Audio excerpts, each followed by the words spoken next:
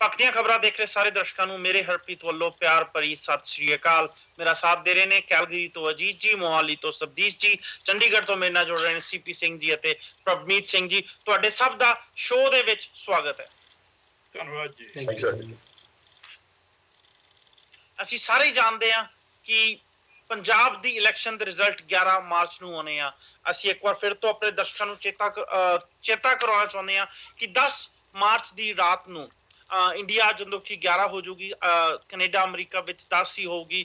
ਚੱਕਦੇ ਟੀਵੀ ਦੀ team live results ਤੁਹਾਡੇ ਸਾਹਮਣੇ ਲੈ ਕੇ ਆਊਗੀ। ਲਗਭਗ ਸਾਰੀ ਰਾਤ ਸਾਡਾ ਇਹ ਪ੍ਰੋਗਰਾਮ ਚੱਲੂਗਾ। ਸਾਡੀ ਟੀਮ ਦੇ ਨਾਲ ਜੁੜੇ ਹੋਏ ਰਿਪੋਰਟਰਸ ਜੋ ਕਿ ਗਰਾਊਂਡ ਜ਼ੀਰੋ ਤੇ ਮੌਜੂਦ ਹੋਣਗੇ ਤੇ ਸਭ ਤੋਂ ਪਹਿਲਾਂ ਉਮੀਦ ਇਹੀ ਕਰਦੇ ਹਾਂ ਕਿ ਤੁਹਾਨੂੰ ਇਲੈਕਸ਼ਨ ਦੇ ਰਿਜ਼ਲਟ ਅਸੀਂ ਸਹੀ ਰਿਜ਼ਲਟ ਤੁਹਾਡੇ ਤੱਕ ਪਹੁੰਚਾਉਂਦੇ ਰਵਾਂਗੇ। ਫੇਸਬੁੱਕ ਤੇ ਵੀ ਲਾਈਵ ਉਦੋਂ ਤੁਸੀਂ ਸਾਨੂੰ ਦੇਖ ਸਕੋਗੇ, YouTube ਤੇ ਵੀ ਲਾਈਵ ਦੇਖ ਸਕੋਗੇ। ਕੋਸ਼ਿਸ਼ ਇਹੀ ਕਰਾਂਗੇ ਕਿ ਪੰਜਾਬ ਦੇ ਜਿੱਦਾਂ ਜਿੱਦਾਂ ਈਵੀਐਮ ਮਸ਼ੀਨਾਂ ਖੁੱਲਦੀਆਂ ਜਾਂਦੀਆਂ ਨੇ ਤੇ ਈਵੀਐਮ ਮਸ਼ੀਨਾਂ ਤੋਂ ਨੰਬਰ ਬਾਹਰ ਆਉਂਦੇ ਜਾਂਦੇ ਆ, ਉਦਾਂ ਹੀ ਅਸੀਂ ਤੁਹਾਨੂੰ ਅਪਡੇਟ ਦੇ ਸਕੀਏ। ਸਾਡੀ ਪੂਰੀ ਟੀਮ 11 ਮਾਰਚ ਦੀ ਖਾਸ ਤਿਆਰੀ ਕਰ ਰਹੀ ਹੈ। ਉਮੀਦ ਇਹੀ ਕਰਾਂਗੇ ਕਿ ਤੁਸੀਂ ਸਾਡੇ ਨਾਲ ਉਦੋਂ ਜ਼ਰੂਰ ਜੁੜੋਗੇ। ਸੀਪੀ ਸਿੰਘ ਜੀ, ਜੇ ਤੁਸੀਂ 11 ਮਾਰਚ ਬਾਰੇ ਕੁਝ ਕਹਿਣਾ ਚਾਹੋ। ਹਰਪ੍ਰੀਤ ਜੀ, ਬਹੁਤ ਜ਼ਿਆਦਾ ਵੇਟ ਐਂਕਸ਼ੀਅਸਲੀ ਹੋ ਰਹੀ ਹੈ, ਸਾਰੇ ਕੈਂਡੀਡੇਟ ਨੂੰ ਤਾਂ ਹੋ ਹੀ ਰਹੀ ਹੈ, ਈਵਨ ਪੰਜਾਬ ਦੀ ਜਨਤਾ ਨੂੰ ਵੀ ਹੋ ਰਹੀ ਹੈ ਕਿ ਜਿਹੜਾ ਇਸ ਵਾਰ ਜਿਹੜਾ ਸਾਇਲੈਂਟ ਫੈਕਟਰ ਹੋਇਆ ਜਾਂ ਜਿਹੜਾ ਤੁਸੀਂ ਕਹਿ ਲਓ ਕਿ ਚੁੱਪ ਚਪੀਤੇ ਜੋ ਵੋਟ ਪਈ ਹੈ ਉਹਦਾ ਕੀ ਨਤੀਜਾ ਆਉਣ ਵਾਲਾ ਹੈ। ਸੋ ਇਸ ਵਾਰ ਤੀਜੀ ਧਿਰ ਦੇ ਹੋਣ ਦੇ ਨਾਲ ਇਸ ਥੋੜੀ ਜਿਹੀ ਕਿਉਰਿਓਸਿਟੀ ਜਿਹੜੀ ਹੈ ਪੰਜਾਬ ਦੇ ਵੋਟਰਾਂ ਦੇ ਵਿੱਚ ਵਧੀ ਹੋਈ ਹੈ ਔਰ ਇਸੇ ਕਰਕੇ ਸ਼ਾਇਦ ਸਭ ਦਾ ਧਿਆਨ ਉਸ ਦਿਨ 8 ਵਜੇ ਤੋਂ ਲੈ ਕੇ ਸ਼ੁਰੂ ਹੋ ਜਾਊਗਾ ਔਰ ਜਦੋਂ ਤੱਕ ਪੂਰੇ ਨਤੀਜੇ ਫਾਈਨਲ ਨਹੀਂ ਆਉਂਦੇ ਲੋਕੀ ਬਹੁਤ ਹੀ ਕਿਉਰਿਓਸਿਟੀ ਦੇ ਨਾਲ ਉਸ ਨੂੰ ਦੇਖਣਗੇ। ਔਰ ਬਿਲਕੁਲ ਸਹੀ ਕਿਹਾ ਤੁਸੀਂ, ਗਰਾਊਂਡ ਜ਼ੀਰੋ ਤੋਂ ਚੱਕਦੇ ਟੀਵੀ ਤੇ ਇੱਕ ਪਲ ਦੀ ਅਪਡੇਟ ਹੈ ਜਿਹੜੀ ਉਹ ਅਸੀਂ ਦਰਸ਼ਕਾਂ ਨੂੰ ਦੇਵਾਂਗੇ। ਔਰ ਸਭ ਤੋਂ ਵੱਡੀ ਗੱਲ ਇਹ ਹੈ ਕਿ ਜਿਹੜੇ ਸਾਡੇ ਗਰਾਊਂਡ ਦੇ ਰਿਪੋਰਟਰਸ ਹੋਣਗੇ ਉਹ ਉੱਥੇ ਕਾਊਂਟਿੰਗ ਸੈਂਟਰਸ ਦੇ ਵਿੱਚ ਅਵੇਲੇਬਲ ਹੋਣਗੇ ਔਰ ਜਿੱਦਾਂ ਹੀ ਕਾਊਂਟਿੰਗ ਸੈਂਟਰ ਦੇ ਵਿੱਚ ਡਿਸਪਲੇ ਬੋਰਡ ਤੇ ਉਹ ਅਪਡੇਟ ਕਰਨਗੇ, ਨਾਲ ਦੀ ਨਾਲ ਹੀ ਕੈਨੇਡਾ ਦੇ ਵਿੱਚ ਬੈਠੇ ਔਰ ਈਵਨ ਕਿ ਆਲ ਓਵਰ ਵਰਲਡ ਜਿੱਥੇ ਚੱਕਦੇ ਟੀਵੀ ਚੱਲਦਾ ਹੈ ਉੱਥੇ ਉਹਨਾਂ ਨੂੰ ਇਹ ਸਾਰੀ ਅਪਡੇਟ ਮਿਲਦੀ ਰਹੂਗੀ। ਔਰ ਸ਼ਾਇਦ ਮੈਨੂੰ ਲੱਗਦਾ ਕਿ ਅਪਡੇਟ ਜਿਹੜੀ ਸਾਡੀ ਹੋਏਗੀ ਉਹ ਸਭ ਤੋਂ ਪਹਿਲਾਂ ਹੋਏਗੀ ਔਰ ਸਭ ਤੋਂ ਤੁਸੀਂ ਕਹ ਲਓ ਕਿ ਕਰੈਕਟਡ ਹੋਏਗੀ। ਪੰਜਾਬ ਦੇ ਨਾਲ ਦੂਜੇ ਰਾਜਾਂ ਦਾ ਵੀ ਰਿਜ਼ਲਟ ਤੁਹਾਡੇ ਨਾਲ ਸਾਂਝਾ ਕਰਾਂਗੇ। ਉੱਤਰ ਪ੍ਰਦੇਸ਼, ਉੱਤਰਾਖੰਡ, ਮਨੀਪੁਰ, ਗੋਆ, ਉਹਨਾਂ ਦੇ ਰਿਜ਼ਲਟ ਤੁਹਾਡੇ ਨਾਲ ਸਾਂਝੇ ਕਰਾਂਗੇ। ਪਰ ਸਾਡੀ ਕੋਸ਼ਿਸ਼ ਪੰਜਾਬ ਦੇ ਰਿਜ਼ਲਟ ਨੂੰ ਲੈ ਕੇ ਖਾਸ ਹੋਊਗੀ ਕਿ ਤੁਹਾਡੇ ਤੱਕ ਸਭ ਤੋਂ ਪਹਿਲਾਂ ਤੇ ਸਹੀ ਰਿਜ਼ਲਟ, ਸਹੀ ਰੁਝਾਨ ਕਿ ਕਿਹੜੇ ਸੀਟ ਤੇ ਕਿਹੜੀ ਪਾਰਟੀ ਅੱਗੇ ਚੱਲ ਰਹੀ ਹੈ, ਕਿਹੜਾ ਕੈਂਡੀਡੇਟ ਕਿੰਨੀ ਵੋਟਾਂ ਨਾਲ ਅੱਗੇ ਚੱਲ ਰਿਹਾ ਹੈ, ਉਹ ਤੁਹਾਡੇ ਤੱਕ ਚੱਕਦੇ ਟੀਵੀ ਦੀ ਟੀਮ ਜ਼ਰੂਰ ਪਹੁੰਚਾਵੇ। 11 ਮਾਰਚ, ਜਿੱਥੇ ਕਿ 11 ਮਾਰਚ ਦੀ ਅਸੀਂ ਰਿਜ਼ਲਟ ਦੀ ਗੱਲ ਕਰ ਰਹੇ ਹਾਂ, ਸਾਡੇ ਵਾਸਤੇ ਵੀ ਇੰਪੋਰਟੈਂਟ ਆ। ਤੁਸੀਂ ਸਾਰੇ ਵੀ ਉਤਸੁਕ ਹੋਗੇ ਜਾਣ ਨੂੰ ਕਿ ਕਿਹੜੀ ਪਾਰਟੀ ਜਿੱਤ ਰਹੀ ਆ। ਉੱਥੇ ਹੀ ਜੇ ਪੋਲੀਟੀਕਲ ਪਾਰਟੀਆਂ ਦੀ ਗੱਲ ਕਰੀਏ, ਪੋਲੀਟੀਕਲ ਪਾਰਟੀਆਂ ਵਾਸਤੇ ਵੀ 11 ਮਾਰਚ ਕਾਫੀ ਜ਼ਿਆਦਾ ਇੰਪੋਰਟੈਂਟ ਆ। ਰਿਜ਼ਲਟ ਦਾ ਵੀਕ ਆ ਤੇ ਥੋੜੀ ਜਿਹੀ ਮੈਂ ਹੋ ਸਕਦਾ ਕਿ ਕੁਝ ਦਰਸ਼ਕਾਂ ਨੂੰ ਲੱਗੇ ਮੈਂ ਰਿਪੀਟ ਕਰ ਰਿਹਾ ਸਟਾਫ, ਪਰ ਉਹ ਦਰਸ਼ਕ ਜੋ ਪਹਿਲਾਂ ਸਾਡੇ ਨਾਲ ਨਹੀਂ ਜੁੜੇ ਸੀ ਉਹਨਾਂ ਵਾਸਤੇ ਮੈਂ ਉਹਨਾਂ ਦੇ ਜਾਣਕਾਰੀ ਵਾਸਤੇ ਇਨਫੋਰਮੇਸ਼ਨ ਇੱਕ ਵਾਰ ਫਿਰ ਤੋਂ ਦੁਹਰਾਉਣਾ ਚਾਹੂੰਗਾ। ਜੇ 11 ਮਾਰਚ ਦੀ ਗੱਲ ਕਰੀਏ ਤੇ ਕਾਫੀ ਪੋਲੀਟੀਕਲ ਪਾਰਟੀਆਂ ਤੇ ਪੋਲੀਟੀਕਲ ਲੀਡਰਸ ਵਾਸਤੇ ਕਾਫੀ ਜ਼ਿਆਦਾ ਇੰਪੋਰਟੈਂਟ ਆ। ਸਭ ਤੋਂ ਪਹਿਲਾਂ ਗੱਲ ਸ਼ੁਰੂ ਕਰਦੇ ਆ ਕਾਂਗਰਸ ਪਾਰਟੀ ਦੀ। ਕਾਂਗਰਸ ਪਾਰਟੀ ਜਿਹਨੂੰ ਕਿ ਅਸੀਂ ਜਾਣਦੇ ਹਾਂ ਪਿਛਲੇ ਕੁਝ ਸਮੇਂ ਤੋਂ ਕਿਤੇ ਨਾ ਕਿਤੇ ਕਾਂਗਰਸ ਪਾਰਟੀ ਨਿਚਲੀ ਤਰਫ ਜਾਂ ਤੁਸੀਂ ਕਹਿ ਸਕਦੇ ਹੋ ਕਾਂਗਰਸ ਪਾਰਟੀ ਦਾ ਰੁਝਾਨ ਇੰਡੀਆ ਦੇ ਵਿੱਚ ਸਾਨੂੰ ਘੱਟ ਹੁੰਦਾ ਦਿਖ ਰਿਹਾ। ਵੋਟ ਬੈਂਕ, ਵੋਟ ਪਰਸੈਂਟੇਜ ਘੱਟ ਹੁੰਦੀ ਦਿਖ ਰਹੀ ਆ। ਆਮ ਤੌਰ ਤੇ ਕਹਿ ਦਿੰਦੇ ਆ ਕਿ ਜੇ ਸਟੇਟ ਵਿੱਚੋਂ ਕਾਂਗਰਸ 2 ਵਾਰ ਹਾਰ ਜੇ ਤੇ ਕਾਂਗਰਸ ਪਾਰਟੀ ਕਦੀ ਵਾਪਸ ਨਹੀਂ ਆਉਂਦੀ। ਕੀ ਪੰਜਾਬ ਵਿੱਚ ਕਾਂਗਰਸ ਪਾਰਟੀ ਆਪਣੀ ਵਾਪਸੀ ਕਰ ਪਾਊਗੀ? ਇੱਕ ਸਵਾਲ ਬਣਿਆ ਹੋਇਆ ਹੈ ਕਾਂਗਰਸ ਦੇ ਲੀਡਰਾਂ ਵਾਸਤੇ ਵੀ, ਨਾਲ ਹੀ ਉਹ ਸਾਰੇ ਵੋਲੰਟੀਅਰਸ ਜਾਂ ਸਪੋਰਟਰ ਜੋ ਕਾਂਗਰਸ ਨੂੰ ਸਪੋਰਟ ਕਰ ਰਹੇ ਸੀ ਉਹਨਾਂ ਵਾਸਤੇ, ਸਟ੍ਰੈਟੇਜਿਸਟ ਜੋ ਕਾਂਗਰਸ ਦੀ ਕੈਂਪੇਨ ਚਲਾ ਰਹੇ ਸੀ ਪੰਜਾਬ 'ਚ ਉਹਨਾਂ ਵਾਸਤੇ, ਕੈਪਟਨ ਅਮਰਿੰਦਰ ਸਿੰਘ ਜਿਨ੍ਹਾਂ ਨੇ ਆਲਰੇਡੀ ਕਿਹਾ ਕਿ ਇਹਨਾਂ ਦੀ ਅਖੀਰਲੀ ਇਲੈਕਸ਼ਨ ਹੋਊਗੀ, ਉਹਨਾਂ ਵਾਸਤੇ ਵੀ ਕਾਂਗਰਸ ਦੇ ਰੁਝਾਨ ਕਾਫੀ ਇੰਪੋਰਟੈਂਟ ਆ। ਇਹਨਾਂ ਦੇ ਨਾਲ ਹੀ ਰਾਹੁਲ ਗਾਂਧੀ ਸਾਹਿਬ, ਜੇ ਅਸੀਂ ਆ 5 ਸਟੇਟਾਂ ਦੀ ਇਲੈਕਸ਼ਨ ਤੇ ਥੋੜੀ ਜਿਹੀ ਨਿਗਾਹ ਮਾਰੀਏ ਤੇ ਜੇ ਕਾਂਗਰਸ ਦੀ ਸਟ੍ਰੈਟਜੀ ਤੇ ਗੱਲ ਕਰੀਏ ਜਾਂ ਥੋੜੀ ਜਿਹੀ ਕਾਂਗਰਸ ਨੇ ਜਿੱਦਾਂ ਕੈਂਪੇਨ ਚਲਾਏ ਨੇ ਉਹਨਾਂ ਤੇ ਨਿਗਾਹ ਮਾਰੀਏ ਤੇ ਇੱਕ ਚੀਜ਼ ਸਾਨੂੰ ਜ਼ਰੂਰ ਦੇਖਣ ਨੂੰ ਮਿਲਦੀ ਆ ਕਿ ਲਗਭਗ 90% ਕੈਂਪੇਨ ਦਾ ਭਾਰ ਰਾਹੁਲ ਗਾਂਧੀ ਤੇ ਮੋਢਿਆਂ ਤੇ ਛੱਡ ਦਿੱਤਾ ਗਿਆ ਸੀ। ਚਾਹੇ ਕਾਂਗਰਸ ਪਾਰਟੀ ਰਾਹੁਲ ਗਾਂਧੀ ਨੂੰ ਅੱਗੇ ਕਰਨਾ ਚਾਹੁੰਦੀ ਹੋਵੇ, ਅਸੀਂ ਸਾਰੇ ਜਾਣਦੇ ਹਾਂ ਕਾਂਗਰਸ ਪਾਰਟੀ ਦੀ ਪ੍ਰੈਜ਼ੀਡੈਂਟ ਇਲੈਕਸ਼ਨ ਵੀ ਡਿਊ ਨੇ, ਇਲੈਕਸ਼ਨ ਕਮਿਸ਼ਨ ਨੇ ਆਲਰੇਡੀ ਨੋਟਿਸ ਵੀ ਭੇਜਿਆ ਵਾ ਤੇ ਉਮੀਦ ਇਹੀ ਕਰਦੇ ਹਾਂ ਇਸ ਸਾਲ ਕਾਂਗਰਸ ਪਾਰਟੀ ਦੀ ਇਲੈਕਸ਼ਨ ਵੀ ਹੋਊਗੀ ਪ੍ਰੈਜ਼ੀਡੈਂਟ ਦੀ। ਤੇ ਜਿੱਦਾਂ ਕਿ ਆਸਾਂ ਲਾਈ ਜਾ ਰਹੀਆਂ ਨੇ ਸ਼ਾਇਦ ਕਾਂਗਰਸ ਪਾਰਟੀ ਕੋਲ ਇੱਕੋ ਹੀ ਮੋਹਰਾ ਵਾ ਜਿਹਦੇ ਉੱਤੇ ਕਾਂਗਰਸ ਪਾਰਟੀ ਅਰਕੀ ਦਾਅ ਲਾਉਣਾ ਚਾਹੂਗੀ, ਉਹ ਰਾਹੁਲ ਗਾਂਧੀ ਆ। ਤੇ ਸ਼ਾਇਦ ਰਾਹੁਲ ਗਾਂਧੀ ਅਤੇ ਉਹਨਾਂ ਦੀ ਕੈਂਪੇਨ ਟੀਮ, ਉਹਨਾਂ ਦੀ ਸਟ੍ਰੈਟਜੀ ਬਣਾਉਣ ਵਾਲੀ ਟੀਮ ਵਾਸਤੇ ਵੀ 11 ਮਾਰਚ ਇੱਕ ਬਹੁਤ ਹੀ ਇੰਪੋਰਟੈਂਟ ਦਿਨ ਆ। ਤੇ ਸ਼ਾਇਦ ਅਸੀਂ ਇਹ ਵੀ ਕਹਿ ਸਕਦੇ ਹਾਂ ਕਿ 11 ਮਾਰਚ ਸ਼ਾਇਦ ਰਾਹੁਲ ਗਾਂਧੀ ਦਾ ਫਿਊਚਰ ਵੀ ਤੈਅ ਕਰੂਗਾ। ਕਾਂਗਰਸ ਤੋਂ ਬਾਅਦ ਜੇ ਪੰਜਾਬ ਦੀ ਗੱਲ ਕਰੀਏ, ਦੂਜੀ ਪਾਰਟੀ ਹੈ ਆਮ ਆਦਮੀ ਪਾਰਟੀ। ਇਵਨ ਦੋ ਕਿ ਦਿੱਲੀ ਵਿੱਚ ਕਾਫੀ ਵੱਡਾ ਵਧੀਆ ਪ੍ਰਦਰਸ਼ਨ ਕੀਤਾ ਸੀ, 70 ਚੋਂ 67 ਸੀਟਾਂ ਜਿੱਤ ਕੇ ਸਰਕਾਰ ਬਣਾਈ ਸੀ। ਕੀ ਆਮ ਆਦਮੀ ਪਾਰਟੀ ਇਹੀ ਇਤਿਹਾਸ ਪੰਜਾਬ ਵਿੱਚ ਦੁਹਰਾ ਪਾਊਗੀ? ਜੇ ਆਮ ਆਦਮੀ ਪਾਰਟੀ ਦੇ ਲੀਡਰਾਂ ਦੀ ਗੱਲ ਕਰੀਏ ਤੇ 100 ਸੀਟਾਂ ਦੇ ਦਾਅਵੇ ਪੇਸ਼ ਕਰ ਰਹੇ ਨੇ। ਕੁਝ ਓਪੀਨੀਅਨ ਪੋਲ ਆਮ ਆਦਮੀ ਪਾਰਟੀ ਦੇ ਹੱਕ ਵਿੱਚ ਤੇ ਕੁਝ ਓਪੀਨੀਅਨ ਪੋਲ ਆਮ ਆਦਮੀ ਪਾਰਟੀ ਦੇ ਹੱਕ ਵਿੱਚ ਨਹੀਂ ਆਏ।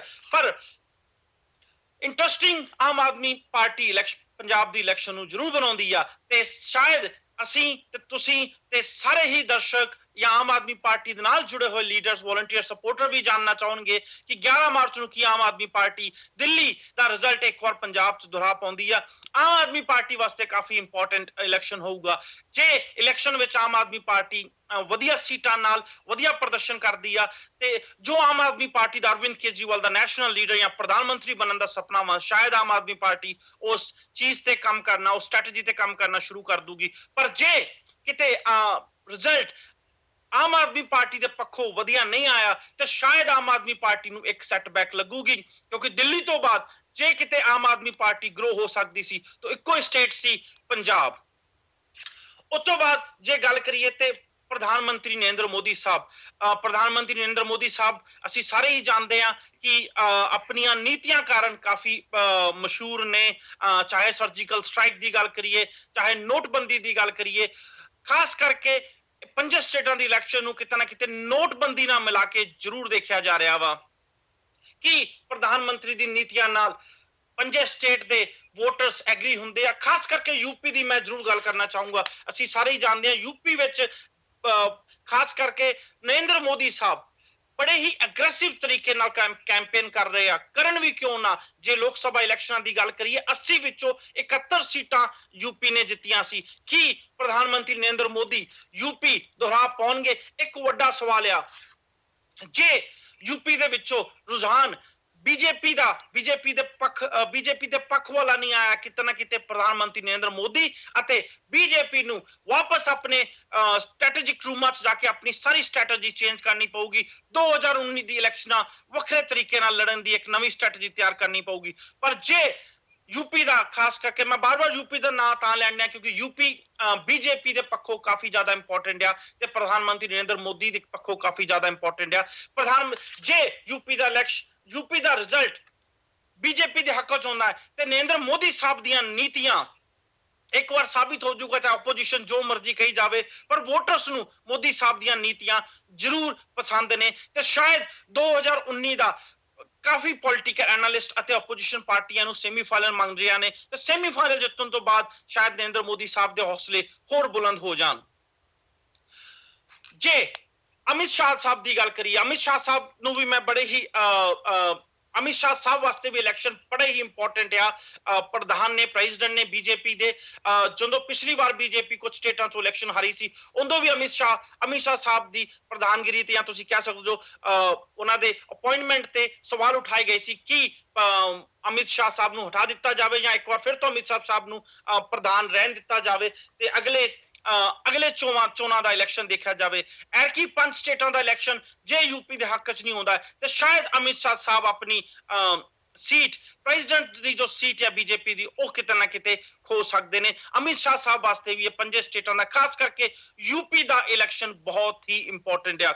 ਉਸ ਤੋਂ ਬਾਅਦ ਜੇ ਗੱਲ ਕਰੀਏ ਮਾਇਆਵਤੀ ਜੀ, ਬੀਐਸਪੀ, ਜੋ ਕਿ ਸਿਰਫ ਹੁਣ ਯੂਪੀ ਵਿੱਚ ਸਿਮਟ ਕੇ ਰਹਿ ਗਈ ਆ, ਕਿ ਬੀਐਸਪੀ ਇੱਕ ਵਾਰ ਫਿਰ ਤੋਂ ਯੂਪੀ ਵਿੱਚ ਰਿਵਾਈਵ ਹੋ ਸਕਦੀ ਆ? ਮੈਂ ਕਾਫੀ ਸਮਝ ਲੈ ਗਿਆ ਵਾਂ, ਮੈਂ ਚਾਹੂੰਗਾ ਮੈਂ ਆਪਣੇ ਸਾਥੀਆਂ ਨੂੰ ਇੱਕ ਵਾਰ ਜ਼ਰੂਰ ਜੋੜਾਂ।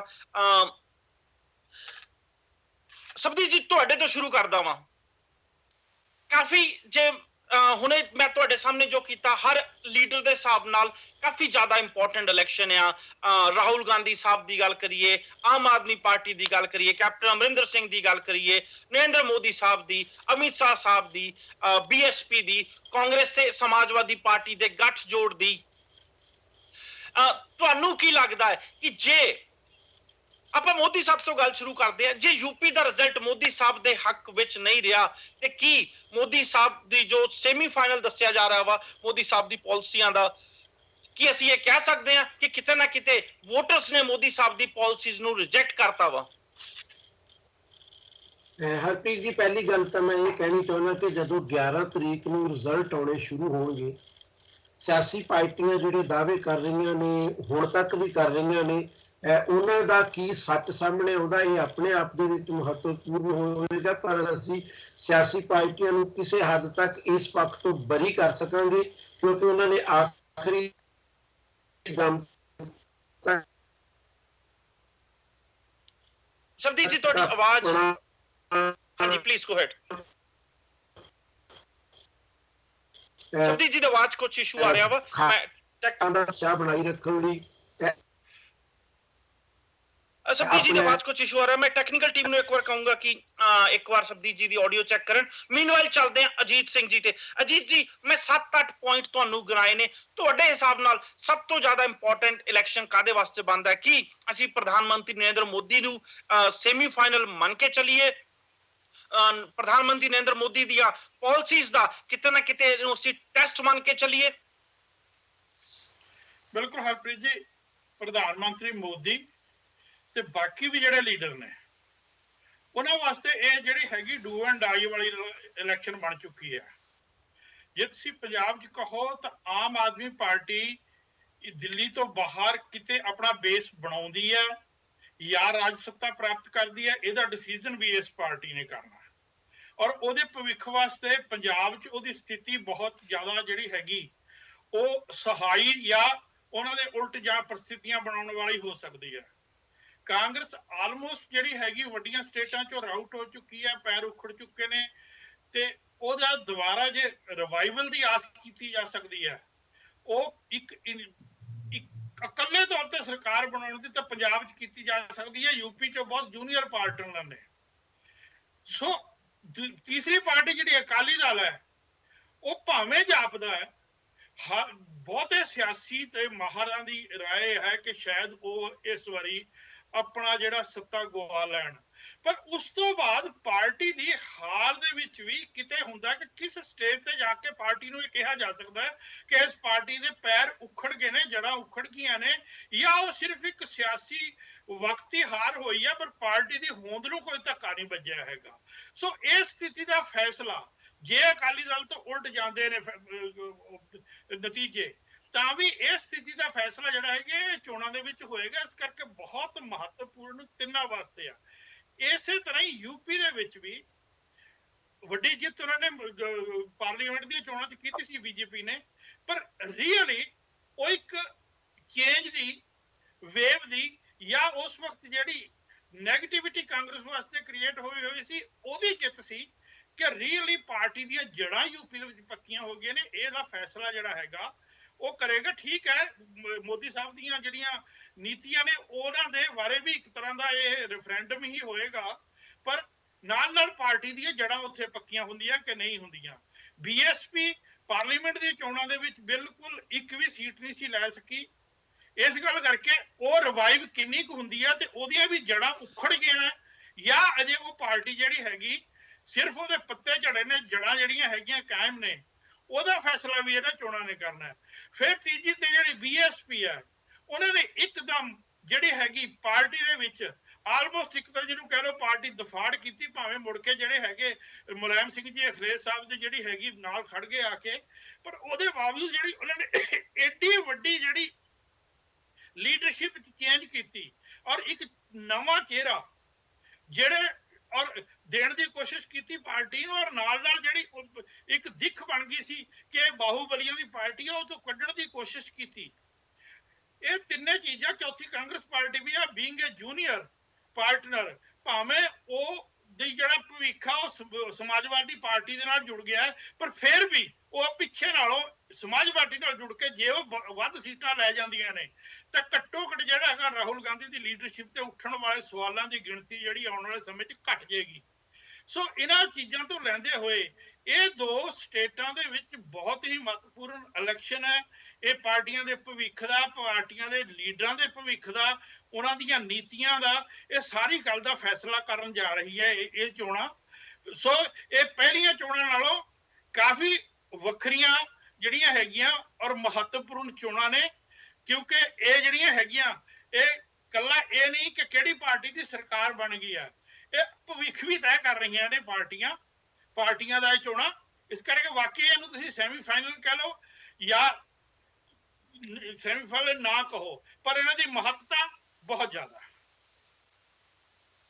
ਜੇ ਪ੍ਰਧਾਨ ਮੰਤਰੀ ਨਰਿੰਦਰ ਮੋਦੀ ਦੀ ਗੱਲ ਕਰੀਏ ਤੇ ਤੁਸੀਂ ਸ਼ਾਇਦ ਸਾਰਿਆਂ ਨੇ ਨਿਊਜ਼ ਵੀ ਸੁਣ ਲਈ ਹੋਊਗੀ, ਤੁਹਾਨੂੰ ਸ਼ਾਇਦ ਪਤਾ ਵੀ ਹੋਊਗਾ, ਜੇ ਨਹੀਂ ਪਤਾ ਮੈਂ ਤੁਹਾਡੀ ਜਾਣਕਾਰੀ ਵਾਸਤੇ ਜ਼ਰੂਰ ਦੱਸਦਾ ਕਿ ਪਿਛਲੇ 3 ਦਿਨਾਂ ਤੋਂ ਪ੍ਰਧਾਨ ਮੰਤਰੀ ਨਰਿੰਦਰ ਮੋਦੀ ਵਾਰਾਣਸੀ ਵਿੱਚ ਆਪਣੇ ਕੈਂਪ ਲਾ ਕੇ ਬੈਠੇ ਹੋਏ ਨੇ, ਜਾਂ ਫਿਰ ਤੁਸੀਂ ਕਹਿ ਸਕਦੇ ਹੋ ਪ੍ਰਚਾਰ ਕਰ ਰਹੇ ਨੇ। ਵਾਰਾਣਸੀ ਜੋ ਕਿ ਨਰਿੰਦਰ ਮੋਦੀ ਸਾਹਿਬ ਦਾ ਲੋਕ ਸਭਾ ਪੱਖ ਤੋਂ ਹਲਕਾ ਵਾ, ਨਰਿੰਦਰ ਮੋਦੀ ਸਾਹਿਬ ਲੋਕ ਸਭਾ ਵਾਰਾਣਸੀ ਵਿੱਚੋਂ ਤੇ ਨਾਲ ਹੀ ਗੁਜਰਾਤ ਦੇ ਇੱਕ ਹੋਰ ਸੀਟ ਤੋਂ ਇਲੈਕਸ਼ਨ ਜਿੱਤੇ ਸੀ, ਪਰ ਜਿੱਤ ਤੋਂ ਬਾਅਦ ਉਹਨਾਂ ਨੇ ਗੁਜਰਾਤ ਦੀ ਸੀਟ ਛੱਡਤੀ ਸੀ ਤੇ ਵਾਰਾਣਸੀ ਦੀ ਸੀਟ ਆਪਣੇ ਕੋਲ ਰੱਖੀ ਸੀ। 3 ਦਿਨ ਤੋਂ ਪ੍ਰਧਾਨ ਮੰਤਰੀ ਦਾ ਇੱਕ ਡਿਸਟ੍ਰਿਕਟ ਵਿੱਚ ਰਹਿਣਾ, ਇੱਕ ਆਪਣੀ ਲੋਕ ਸਭਾ ਹਲਕੇ ਵਿੱਚ ਰਹਿਣਾ ਤੇ ਪ੍ਰਚਾਰ ਕਰਨਾ, ਕਿਤੇ ਨਾ ਕਿਤੇ ਇੱਕ ਜੋ ਡੈਸਪਰੇਸ਼ਨ ਆ, ਇੱਕ ਜੋ ਸ਼ਾਇਦ ਅਸੀਂ ਕਹਿ ਸਕਦੇ ਡਰ ਆ ਬੀਜੇਪੀ ਦਾ, ਉਹ ਕਿਤੇ ਨਾ ਕਿਤੇ ਜ਼ਰੂਰ ਵੇਖਦਾ ਕਿ ਕਿਹੜੀ ਹਾਲਤ ਵਿੱਚ ਬੀਜੇਪੀ ਜਾਂ ਫਿਰ ਪ੍ਰਧਾਨ ਮੰਤਰੀ ਨਰਿੰਦਰ ਮੋਦੀ ਵਾਰਾਣਸੀ ਦੀਆਂ ਸੀਟਾਂ ਵਿੱਚ ਆਪਣੀ ਬੀਜੇਪੀ ਦੀ ਜਿੱਤ ਜ਼ਰੂਰ ਕਰਾਉਣਾ ਚਾਹੁੰਦੇ ਨੇ। ਪ੍ਰਭਨੀਤ ਸਿੰਘ ਜੀ। ਹਰਪ੍ਰੀਤ ਜੀ, ਇਹ ਯੂਪੀ ਦਾ ਇਲੈਕਸ਼ਨ ਜਿਹੜਾ ਇੱਕ ਬੜਾ ਇੰਟਰਸਟਿੰਗ ਇਲੈਕਸ਼ਨ ਬਣ ਰਿਹਾ ਇਸ ਸਿਨੈਰੀਓ ਦੇ ਨਾਲ ਕਿ ਇੱਕ ਪ੍ਰਧਾਨ ਮੰਤਰੀ ਜਿਹੜਾ ਮੁੱਖ ਮੰਤਰੀ ਨੂੰ ਹਰਾਉਣ ਵਾਸਤੇ ਪੂਰਾ ਜ਼ੋਰ ਲਗਾ ਰਿਹਾ। ਪ੍ਰਧਾਨ ਮੰਤਰੀ ਆਪਣੇ ਲੈਵਲ ਤੋਂ ਨੀਚੇ ਆ ਕੇ, ਬਹੁਤ ਨੀਚੇ ਆ ਕੇ ਮੁੱਖ ਮੰਤਰੀ ਨੂੰ ਹਰਾਉਣ ਵਾਸਤੇ, ਅਸੈਂਬਲੀ ਇਲੈਕਸ਼ਨਾਂ ਵਾਸਤੇ ਪੂਰਾ ਜ਼ੋਰ ਲਗਾ ਰਿਹਾ। ਔਰ ਕਿਤੇ ਨਾ ਕਿਤੇ ਇਹ ਚੀਜ਼ ਜਿਹੜੀ ਆ ਬੀਜੇਪੀ ਦਾ ਡਰ ਬਹੁਤ ਵਧੀਆ ਤਰੀਕੇ ਨਾਲ ਲੋਕਾਂ ਸਾਹਮਣੇ ਐਕਸਪ੍ਰੈਸ ਹੋ ਰਿਹਾ ਕਿ ਬੀਜੇਪੀ ਕਿਸ ਹੱਦ ਤੱਕ ਡਰੀ ਹੋਈ ਹੈ। ਜਿਸ ਤਰ੍ਹਾਂ ਕੱਲ ਪ੍ਰਧਾਨ ਮੰਤਰੀ ਲਾਲ ਬਹਾਦਰ ਸ਼ਾਸਤਰੀ ਦੇ ਘਰ ਗਏ, ਉਹਨਾਂ ਦੇ ਜਿਹੜਾ ਜੱਦੀ ਘਰ ਸੀ ਉਹਦੇ ਵਿੱਚ ਗਏ, ਗਲੀਆਂ ਦੇ ਵਿੱਚ ਘੁੰਮੇ, ਲੋਕਾਂ ਨੂੰ ਮਿਲੇ। ਸੋ ਮੈਂ ਨਹੀਂ ਸਮਝਦਾ ਕਿ ਪ੍ਰਧਾਨ ਮੰਤਰੀ ਜਿਹੜਾ ਹੈਗਾ ਉਹਨੂੰ ਇੰਨੇ ਨੀਵੇਂ ਲੈਵਲ ਤੇ ਆ ਕੇ ਕੈਂਪੇਨ ਕਰਨ ਦੀ ਲੋੜ ਉਦੋਂ ਤੱਕ ਪੈਂਦੀ ਹੈ ਜਦੋਂ ਤੱਕ ਉਹਨੂੰ ਕੋਈ ਇੰਟੈਲੀਜੈਂਸ ਇਨਪੁਟਸ ਜਿਹੜੀਆਂ ਇਸ ਤਰ੍ਹਾਂ ਦੀਆਂ ਨਹੀਂ ਹੋਣ। ਇਸ ਤੋਂ ਇਲਾਵਾ ਤੁਸੀਂ ਇੱਕ ਪੁਆਇੰਟ ਉਠਾਇਆ ਸੀ ਪੰਜਾਬ ਦੀ ਇਲੈਕਸ਼ਨਾਂ ਦਾ, ਪਰ ਇੱਕ ਸਵਾਲ ਇੱਥੇ ਇਹ ਵੀ ਉੱਠਦਾ ਨਾ ਪ੍ਰਭਨੀਤ ਸਿੰਘ ਜੀ, ਇੱਕ ਸਵਾਲ ਇਹ ਵੀ ਉੱਠਦਾ ਵਾ ਕਿ ਪ੍ਰਧਾਨ ਮੰਤਰੀ ਜਾ ਕੇ ਆਪਣੀ ਪਾਰਟੀ ਵਾਸਤੇ ਕੈਂਪੇਨ ਕਿਉਂ ਨਹੀਂ ਕਰ ਸਕਦੇ?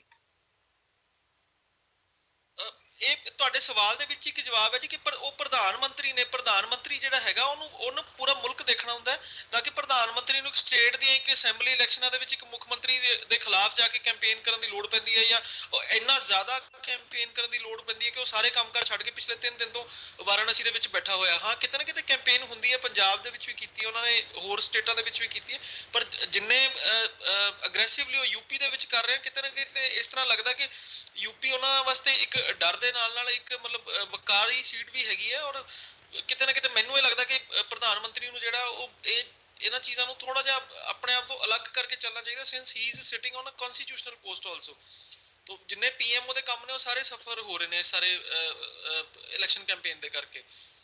ਇੱਕ ਹਰਪ੍ਰੀਤ, ਮੈਂ ਪੰਜਾਬ ਦੀ ਇਲੈਕਸ਼ਨਾਂ ਵੱਲ ਤੁਹਾਡਾ ਧਿਆਨ ਦਿਵਾਉਣਾ ਚਾਹੁੰਦਾ ਕਿ 11 ਮਾਰਚ ਦਾ ਜਿਹੜੀ ਵੇਟ ਹੈ ਉਹ ਸਭ ਤੋਂ ਜ਼ਿਆਦਾ ਪੰਜਾਬ ਦੇ ਵਿੱਚ ਸ਼ਾਇਦ ਕਿਤੇ ਨਾ ਕਿਤੇ ਕੈਂਡੀਡੇਟਸ ਦਾ ਬਹੁਤ ਬੁਰਾ ਹਾਲ ਹੈ। ਕੱਲ ਮੈਂ ਅਕਾਲੀ ਦਲ, ਆਮ ਆਦਮੀ ਪਾਰਟੀ ਤੇ ਕਾਂਗਰਸ ਦੇ ਕੁਝ ਕੈਂਡੀਡੇਟਸ ਨੂੰ ਮਿਲਿਆ ਸੀ ਤੇ ਇੱਕ ਬੜੀ ਇੰਟਰਸਟਿੰਗ ਗੱਲ ਮੈਂ ਆਪਣੇ ਦਰਸ਼ਕਾਂ ਨੂੰ ਦੱਸਣਾ ਚਾਹੁੰਦਾ ਕਿ ਕਾਂਗਰਸ ਪਾਰਟੀ ਦੇ ਇੱਕ ਕੈਂਡੀਡੇਟ ਨੇ, ਉਹ 4 ਫਰਵਰੀ ਤੋਂ ਬਾਅਦ ਹਾਲੇ ਤੱਕ ਹਸਪੀਟਲਾਈਜ਼ ਨੇ ਕਿਉਂਕਿ ਉਹਨਾਂ ਨੂੰ ਇਹ ਰਿਪੋਰਟਾਂ ਮਿਲ ਚੁੱਕੀਆਂ ਕਿ ਉਹ ਇਸ ਵਾਰੀ ਸੀਟ ਨਹੀਂ ਕੱਢ ਸਕਣਗੇ। He is a sitting MLA. ਤੇ ਇਹ ਕਿਤੇ ਨਾ ਕਿਤੇ ਚੀਜ਼ਾਂ ਬਹੁਤ ਜ਼ਿਆਦਾ ਇੰਪੋਰਟੈਂਟ ਨੇ ਜਿਹੜੀਆਂ ਸਾਡੇ ਦਰਸ਼ਕਾਂ ਨੂੰ ਇਹ ਸਮਝਣੀਆਂ ਹੋਣਗੀਆਂ ਕਿ ਇਸ ਵਾਰੀ ਪੰਜਾਬ ਦੇ ਇਲੈਕਸ਼ਨ ਦੇ ਵਿੱਚ ਜਿਹੜੀ ਹੈ ਆਮ ਆਦਮੀ ਪਾਰਟੀ ਜਿਹੜੀ ਆ ਉਹਦੇ ਵਾਸਤੇ ਰਿਵਾਈਵਲ ਹੈਗੀ ਹੈ ਇੱਕ ਤਰ੍ਹਾਂ ਦੀ, ਕਿਉਂਕਿ ਉਹ ਪੰਜਾਬ ਦੇ ਵਿੱਚ 4 ਤੋਂ ਵੱਧ ਸੀਟਾਂ ਨਹੀਂ ਜਿੱਤ ਸਕੀ ਸੀ, ਤੇ ਕਾਂਗਰਸ ਵਾਸਤੇ ਅਸੀਂ ਉਹਨੂੰ ਰਿਵਾਈਵਲ ਦਾ ਨਹੀਂ ਰੀਬਰਥ ਦਾ ਨਾਮ ਦਵਾਂਗੇ ਕਿਤੇ ਨਾ ਕਿਤੇ, ਕਿਉਂਕਿ ਜੇ ਪੰਜਾਬ ਦੇ ਵਿੱਚ ਕਾਂਗਰਸ ਪਾਰਟੀ ਹਾਰ ਜਾਂਦੀ ਹੈ ਤਾਂ ਪੰਜਾਬ ਦੀ ਜਿਹੜੀ ਲੀਡਰਸ਼ਿਪ ਹੈ ਪੂਰੀ ਤਰ੍ਹਾਂ ਨਾਲ ਚੇਂਜ ਹੋ ਜਾਏਗੀ। ਕੈਪਟਨ ਅਮਰਿੰਦਰ ਸਿੰਘ ਦਾ ਜਿਹੜਾ ਵਿਰੋਧੀ ਗੁੱਟ ਹੈ ਉਹ ਬਹੁਤ ਜ਼ਿਆਦਾ ਲਾਮਬੰਦੀ ਕਰ ਰਿਹਾ ਇਸ ਚੀਜ਼ ਨੂੰ ਲੈ ਕੇ ਕਿ ਅਗਰ ਪੰਜਾਬ ਦੇ ਵਿੱਚ ਕਾਂਗਰਸ ਹਾਰ ਜਾਂਦੀ ਹੈ ਤਾਂ ਕੈਪਟਨ ਅਮਰਿੰਦਰ ਸਿੰਘ ਦੇ ਖਿਲਾਫ ਇੱਕ ਮੁਹਿੰਮ ਖੜੀ ਕਰਕੇ ਇੱਕ ਲੀਡਰਸ਼ਿਪ ਨੂੰ ਚੇਂਜ ਕਰ ਦਿੱਤਾ ਜਾਵੇ। ਜੀ ਸੀਪੀ ਸਿੰਘ ਜੀ ਤੇ ਸਬਦੀਸ਼ ਜੀ, ਤੁਹਾਡੇ ਵੀ ਵਿਚਾਰ ਲੈਣਾ ਚਾਹੂੰਗਾ ਕਿ ਇਸ ਤੋਂ ਪਹਿਲਾਂ ਮੈਂ ਅੱਗੇ ਜਾਵਾਂ। ਆਪੋਜੀਸ਼ਨ ਦੁਆਰਾ ਆਪੋਜੀਸ਼ਨ ਵੱਲੋਂ ਕਿਤੇ ਨਾ ਕਿਤੇ ਪ੍ਰਧਾਨ ਮੰਤਰੀ ਨਰਿੰਦਰ ਮੋਦੀ ਨੇ ਜੋ ਪਿਛਲੇ 3 ਦਿਨਾਂ ਤੋਂ ਵਾਰਾਣਸੀ ਵਿੱਚ ਡੇਰੇ ਲਾਏ ਹੋਏ ਆ, ਉੱਥੇ ਸਵਾਲ ਜ਼ਰੂਰ ਚੱਕੇ ਜਾ ਰਹੇ ਨੇ। ਕੀ ਪ੍ਰਧਾਨ ਮੰਤਰੀ ਨਰਿੰਦਰ ਮੋਦੀ ਦਾ ਆਪਣੀ ਪਾਰਟੀ ਵਾਸਤੇ ਕੈਂਪੇਨ ਕਰਨਾ ਗਲਤ ਹੈ? ਨਾਲ ਹੀ ਪੰਜਾਬ ਨਾਲ ਜੋੜ ਕੇ ਹੀ ਵੇਖਣਾ ਮੈਂ ਚਾਹੂੰਗਾ, ਜੇ ਕੇਜਰੀਵਾਲ ਸਾਹਿਬ ਦੀ ਗੱਲ ਕਰੀਏ ਤੇ ਦਿੱਲੀ ਚੋਂ ਕਾਫੀ ਮਹੀਨੇ ਤੋਂ ਜ਼ਿਆਦਾ ਲੰਬੇ ਸਮੇਂ ਤੋਂ ਵੀ ਗਾਇਬ ਸੀ ਤੇ ਪੰਜਾਬ ਦੇ ਵਿੱਚ ਅਗਰੈਸਿਵ ਤਰੀਕੇ ਨਾਲ ਕੈਂਪੇਨ ਕੀਤੀ ਸੀ, ਤੇ ਜੇ ਪ੍ਰਧਾਨ ਮੰਤਰੀ ਸਾਹਿਬ ਵੀ ਇਦਾਂ ਹੀ ਕੈਂਪੇਨ ਕਰਦੇ ਆ ਤੇ ਕੀ ਉਹਨਾਂ ਉੱਤੇ ਸਵਾਲ ਚੱਕਣੇ ਜਾਇਜ਼ ਨੇ? ਹਰਪ੍ਰੀਤ ਜੀ, ਮੈਂ ਇਹ ਸਮਝਦਾ ਕਿ ਪ੍ਰਧਾਨ ਮੰਤਰੀ ਜੀ ਬਨਾਰਸ ਦੇ ਵਿੱਚ ਡੇਰੇ ਲਾਈ ਬੈਠੇ ਨੇ ਤਾਂ ਇਹਦੇ ਚ ਆਪਣੇ ਆਪ ਚ ਕੋਈ ਗਲਤ ਗੱਲ ਨਹੀਂ, ਪਰ ਇਹਦੇ ਤੋਂ ਇੱਕ ਸਾਈਨ ਮਿਲ ਜਾਂਦਾ ਕਿ ਉਹ ਬਨਾਰਸ ਨੂੰ ਇੱਕ ਪ੍ਰਕਾਰ ਦਾ ਸਵਾਲ ਬਣਾਈ ਬੈਠੇ ਨੇ ਪੂਰੀ ਯੂਪੀ ਦੇ ਮੁਕਾਬਲੇ। ਜੇ ਉਹ ਅਗਰੈਸਿਵਲੀ ਵੀ ਆਪਣੀ ਮੁਹਿੰਮ ਚਲਾਉਂਦੇ ਨੇ ਤੇ ਮੈਨੂੰ ਨਹੀਂ ਲੱਗਦਾ ਕਿ ਇਹਦੇ ਤੇ ਵੀ ਕੋਈ ਬਹੁਤ ਵੱਡਾ ਓਬਜੈਕਸ਼ਨ ਸਾਨੂੰ ਕਰਨਾ ਚਾਹੀਦਾ। ਹਰ ਬੰਦੇ ਦਾ ਇੱਕ ਸਟਾਈਲ ਹੋ ਸਕਦਾ, ਪਰ ਤੁਹਾਡੀ ਅਗਰੈਸਿਵ ਕਿਸਮ ਦੀ ਜਿਹੜੀ ਚੋਣ ਮੁਹਿੰਮ ਵੀ ਆ ਉਹਦੇ ਵਿੱਚ ਲੌਜਿਕ ਤੋਂ ਤੇ ਤੱਥਾਂ ਤੋਂ ਤੁਹਾਨੂੰ ਜਿਹੜਾ ਉਹ ਨਹੀਂ ਪਿੱਛੇ ਹਟਣਾ ਚਾਹੀਦਾ। ਪ੍ਰਧਾਨ ਮੰਤਰੀ ਦੇ ਅਹੁਦੇ ਤੇ ਹੋਣ ਕਰਕੇ ਤੁਹਾਡੀ ਹੋਰ ਵੀ ਜ਼ਿੰਮੇਵਾਰੀ ਬਣ ਜਾਂਦੀ ਹੈ ਕਿ ਤੁਸੀਂ ਦੇਸ਼ ਦੇ ਲੋਕਾਂ ਦੀ ਨੁਮਾਇੰਦਗੀ ਕਰਦੇ, ਸਿਰਫ ਇੱਕ ਪਾਰਟੀ ਦੀ ਨੁਮਾਇੰਦਗੀ ਦੀ ਦੇ ਵਿੱਚ ਪ੍ਰਧਾਨ ਮੰਤਰੀ ਨਰਿੰਦਰ ਮੋਦੀ ਕਰ ਰਿਹਾ। ਪਰ ਮੈਂ ਇੱਕ ਵਾਰ ਫੇਰ ਕਹਾਂਗਾ, ਮੈਂ ਕਈ ਵਾਰੀ ਕਹਿ ਚੁੱਕਾ ਕਿ ਪ੍ਰਧਾਨ ਮੰਤਰੀ ਨਰਿੰਦਰ ਮੋਦੀ ਜੀ ਗੱਲਾਂ ਕਰਦੇ ਨੇ ਜਿਨ੍ਹਾਂ ਨੂੰ ਸੁਣ ਕੇ ਹਰ ਸੋਚਣ ਵਾਲਾ ਹਿੰਦੁਸਤਾਨੀ ਸ਼ਰਮਸਾਰ ਹੁੰਦਾ। ਇੱਕ ਵਾਰ ਉਹਨਾਂ ਨੇ ਫਿਰ ਉਹ ਗੱਲ ਕੀਤੀ, ਕਹਿ ਸਕਦੇ ਕਿ ਉਹਨਾਂ ਨੇ ਲੋਕਾਂ ਨੂੰ ਸ਼ਰਮਸਾਰ ਹੋਣ ਵਾਲੀ ਵਿੱਚ ਪਾ ਦਿੱਤਾ। ਰਾਹੁਲ ਗਾਂਧੀ ਦੇ ਹਵਾਲੇ ਦੇ ਨਾਲ ਉਹਨਾਂ ਨੇ ਇੱਕ ਗੱਲ ਕੀਤੀ ਕਿ ਰਾਹੁਲ ਗਾਂਧੀ ਨਾਰੀਅਲ ਦਾ ਪਾਣੀ ਇੰਗਲੈਂਡ ਦੇ ਵਿੱਚ ਵੇਚਣ ਦੀ ਗੱਲ ਕਰਦੇ ਨੇ ਅਤੇ ਉਹ ਜੂਸ ਇਹਦੇ ਲਈ ਸ਼ਬਦ ਇਸਤੇਮਾਲ ਕਰਦੇ ਨੇ। ਪਰ ਹੁਣ ਜਦੋਂ ਮੀਡੀਆ ਨੇ ਉਹਨਾਂ ਦੋਨਾਂ ਚੀਜ਼ਾਂ ਨੂੰ ਸਾਹਮਣੇ ਰੱਖਿਆ, ਪ੍ਰਧਾਨ ਮੰਤਰੀ ਦਾ ਬਿਆਨ ਬਿਲਕੁਲ ਝੂਠਾ ਨਜ਼ਰ ਆਉਂਦਾ, ਕਿਉਂਕਿ ਰਾਹੁਲ ਗਾਂਧੀ ਨੇ ਕਿਤੇ ਵੀ ਇਹ ਗੱਲ ਨਹੀਂ ਕਹੀ ਕਿ ਨਾਰੀਅਲ ਦਾ ਵੇਚਿਆ ਜਾਏਗਾ। ਉਹਨਾਂ ਨੇ ਅਨਾਨਾਸ ਦੇ ਜੂਸ ਦੀ ਗੱਲ ਕੀਤੀ, ਔਰ ਦੂਸਰੀ ਗੱਲ ਉਹਨਾਂ ਨੇ ਇਹ ਵੀ ਨਹੀਂ ਕਹੀ ਜਿਹੜੀ ਪ੍ਰਧਾਨ ਮੰਤਰੀ ਕਹਿ ਰਹੇ ਨੇ ਕਿ ਰਾਹੁਲ ਗਾਂਧੀ ਦਾਅਵਾ ਕਰਦੇ ਨੇ ਕਿ ਅਸੀਂ ਇੰਗਲੈਂਡ ਦੇ ਵਿੱਚ ਜੂਸ ਵੇਚਾਂਗੇ। ਰਾਹੁਲ ਗਾਂਧੀ ਦੀ ਸਪੀਚ ਇਸ ਤਰ੍ਹਾਂ ਗੱਲ ਕਰਦੀ ਹੈ ਕਿ ਮੇਰੀ ਇੱਛਾ ਵਾ ਕਿ ਕੱਲ ਨੂੰ ਇਹ ਦਿਨ ਵੀ ਆਉਣ ਕਿ ਜਦੋਂ ਕੋਈ ਇੰਗਲੈਂਡ ਦੇ ਵਿੱਚ ਇਸ ਜੂਸ ਨੂੰ ਪੀ ਰਿਹਾ ਹੋਵੇ ਅਨਾਨਾਸ ਦੇ ਨੂੰ, ਤੇ ਉਹਦੇ ਉੱਤੇ ਉਹ ਮੇਡ ਇਨ ਇੰਡੀਆ ਦੇਖੇ ਔਰ ਖਾਸ ਕਰਕੇ ਉਸ ਸਟੇਟ ਦੇ ਨਾਲ ਜੋੜ ਕੇ ਉਹਨੂੰ ਦੇਖੇ। ਐਨੀ ਉਹਨਾਂ ਨੇ ਗੱਲ ਕੀਤੀ। ਪਹਿਲਾਂ ਪ੍ਰਧਾਨ ਮੰਤਰੀ ਨੇ ਆਪਣੀ ਚੋਣ ਮੁਹਿੰਮ ਦੇ ਉਤਸ਼ਾਹ ਦੇ ਵਿੱਚ ਝੂਠ ਬੋਲਿਆ, ਔਰ ਉਸ ਤੋਂ ਬਾਅਦ ਮਜ਼ੇਦਾਰ ਗੱਲ ਇਹ ਆ ਕਿ ਉਸ ਪਾਰਟੀ ਦੇ ਪ੍ਰਧਾਨ ਨੇ ਵੀ ਕੰਟੀਨਿਊ ਕਰ ਦਿੱਤਾ ਕਿ ਹੁਣ ਫੈਕਟ ਇਹ ਨਿਕਲ ਕੇ ਆ ਰਹੇ ਨੇ ਕਿ ਪ੍ਰਧਾਨ ਮੰਤਰੀ ਝੂਠ ਬੋਲ ਰਹੇ ਨੇ।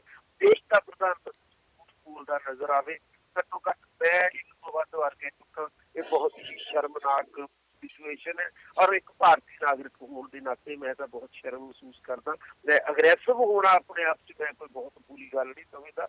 ਹਰ ਕਿਸੇ ਨੂੰ ਹੱਕ ਹੈ ਕਿ ਉਹ ਅਗਰੈਸਿਵਲੀ ਆਪਣੀ ਚੋਣ ਮੁਹਿੰਮ ਚਲਾ ਲਵੇ, ਪਰ ਲੌਜਿਕ ਦਾ ਪੱਲਾ ਨਾ ਛੱਡੇ, ਸੱਚਾਈ ਦਾ ਪੱਲਾ ਨਾ ਛੱਡੇ। ਪ੍ਰਧਾਨ ਮੰਤਰੀ ਹੋਣ ਦੇ ਨਾਤੇ ਤਾਂ ਬਿਲਕੁਲ ਹੀ ਨਾ ਛੱਡੇ।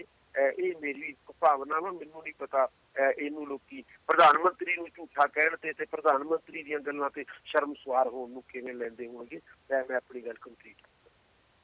ਹਰਪ੍ਰੀਤ ਜੀ, ਇੱਥੇ ਇੱਕ ਚੀਜ਼ ਸਾਨੂੰ ਜ਼ਰੂਰ ਰਿਅਲਾਈਜ਼ ਕਰਨੀ ਚਾਹੀਦੀ ਹੈ, ਸੋਚਣੀ ਚਾਹੀਦੀ ਹੈ ਕਿ ਬੀਇੰਗ ਅ ਪੀਐਮ ਉਹ ਬਿਲਕੁਲ ਇੰਡੀਆ ਨੂੰ ਰੂਲ ਕਰ ਰਹੇ ਨੇ, ਪਰ ਬੀਇੰਗ ਸੁਪਰੀਮੋ ਬੀਜੇਪੀ ਜੇ ਦੇਖਿਆ ਜਾਵੇ ਤਾਂ ਜਿੱਥੇ ਵੀ ਉਹਨਾਂ ਨੂੰ ਚਾਹੇ ਉਹ ਕਿਸੇ ਵੀ ਇਨਫੋਰਮੇਸ਼ਨ ਦੇ ਥਰੂ ਉਹਨਾਂ ਕੋਲ ਖਬਰਾਂ ਪਹੁੰਚਦੀਆਂ ਕਿ ਕਿਸੇ ਸਟੇਟ ਦੇ ਵਿੱਚ ਪਾਰਟਿਕੂਲਰ ਸਟੇਟ ਦੇ ਵਿੱਚ ਬੀਜੇਪੀ ਦੇ ਜਿਹੜੇ ਪੈਰ ਨੇ ਉਹ ਕਿਤੇ ਥਿੜਕਦੇ ਨਜ਼ਰ ਆ ਰਹੇ ਨੇ, ਤਾਂ ਸ਼ਾਇਦ ਬੀਇੰਗ ਸੁਪਰੀਮੋ ਬੀਜੇਪੀ ਉਹਨਾਂ ਦਾ ਉੱਥੇ ਇੱਕ ਫਰਜ਼ ਬਣਦਾ ਹੈ ਕਿ ਉੱਥੇ ਜਾਣ ਔਰ ਉੱਥੇ ਆਪਣੇ ਹਿਸਾਬ ਨਾਲ ਕੈਂਪੇਨਿੰਗ ਕਰਨ, ਜਿਵੇਂ ਕੱਲ ਉਹਨਾਂ ਨੇ ਕੀਤੀ ਹੈ। ਨੋ ਡਾਊਟ ਇੱਕ ਪੀਐਮ ਦੀ ਪੋਸਟ ਤੇ ਬੈਠੇ ਹੋਏ, ਕਨਸਟੀਟਿਊਸ਼ਨਲ ਪੋਸਟ ਦੇ ਉੱਪਰ ਬੈਠੇ ਹੋਏ ਤੁਹਾਡੀਆਂ ਜ਼ਿੰਮੇਵਾਰੀਆਂ ਜਿਹੜੀਆਂ ਉਹ ਆਲ ਓਵਰ ਇੰਡੀਆ ਵਾਸਤੇ ਬਣਦੀਆਂ, ਨਾ ਕਿ ਇੱਕ ਸਟੇਟ ਵਾਸਤੇ। ਪਰ ਜਿੱਥੇ ਵੀ ਕਿਤੇ ਬੀਇੰਗ ਅ ਪਾਰਟੀ ਸੁਪਰੀਮੋ ਜਦੋਂ ਤੁਹਾਨੂੰ ਲੋੜ ਮਹਿਸੂਸ ਹੁੰਦੀ ਹੈ ਤਾਂ ਸ਼ਾਇਦ ਮੇਰੇ ਹਿਸਾਬ ਨਾਲ ਉਹਨਾਂ ਦਾ ਜਾਣਾ ਜਿਹੜਾ ਉਹ ਗਲਤ ਨਹੀਂ ਸੀਗਾ। ਔਰ ਈਵਨ ਤੁਸੀਂ ਦੇਖੋ ਆਪਣੇ ਯੂਪੀ ਦੇ ਵਿੱਚ ਜਦੋਂ ਉਹਨਾਂ ਨੇ ਔਨ ਫੁੱਟ ਹੋ ਕੇ ਕੈਂਪੇਨਿੰਗ ਕੀਤੀ, ਲੋਕਾਂ ਨਾਲ ਮਿਲੇ, ਲਾਲ ਬਹਾਦਰ ਸ਼ਾਸਤਰੀ ਜੀ ਦੇ ਘਰ ਵੀ ਗਏ, ਉਹ ਹੋਰ ਵੀ ਇਦਾਂ ਦੀਆਂ ਕੁਝ ਮੀਟਿੰਗਸ ਕੀਤੀਆਂ ਉਹਨਾਂ ਨੇ।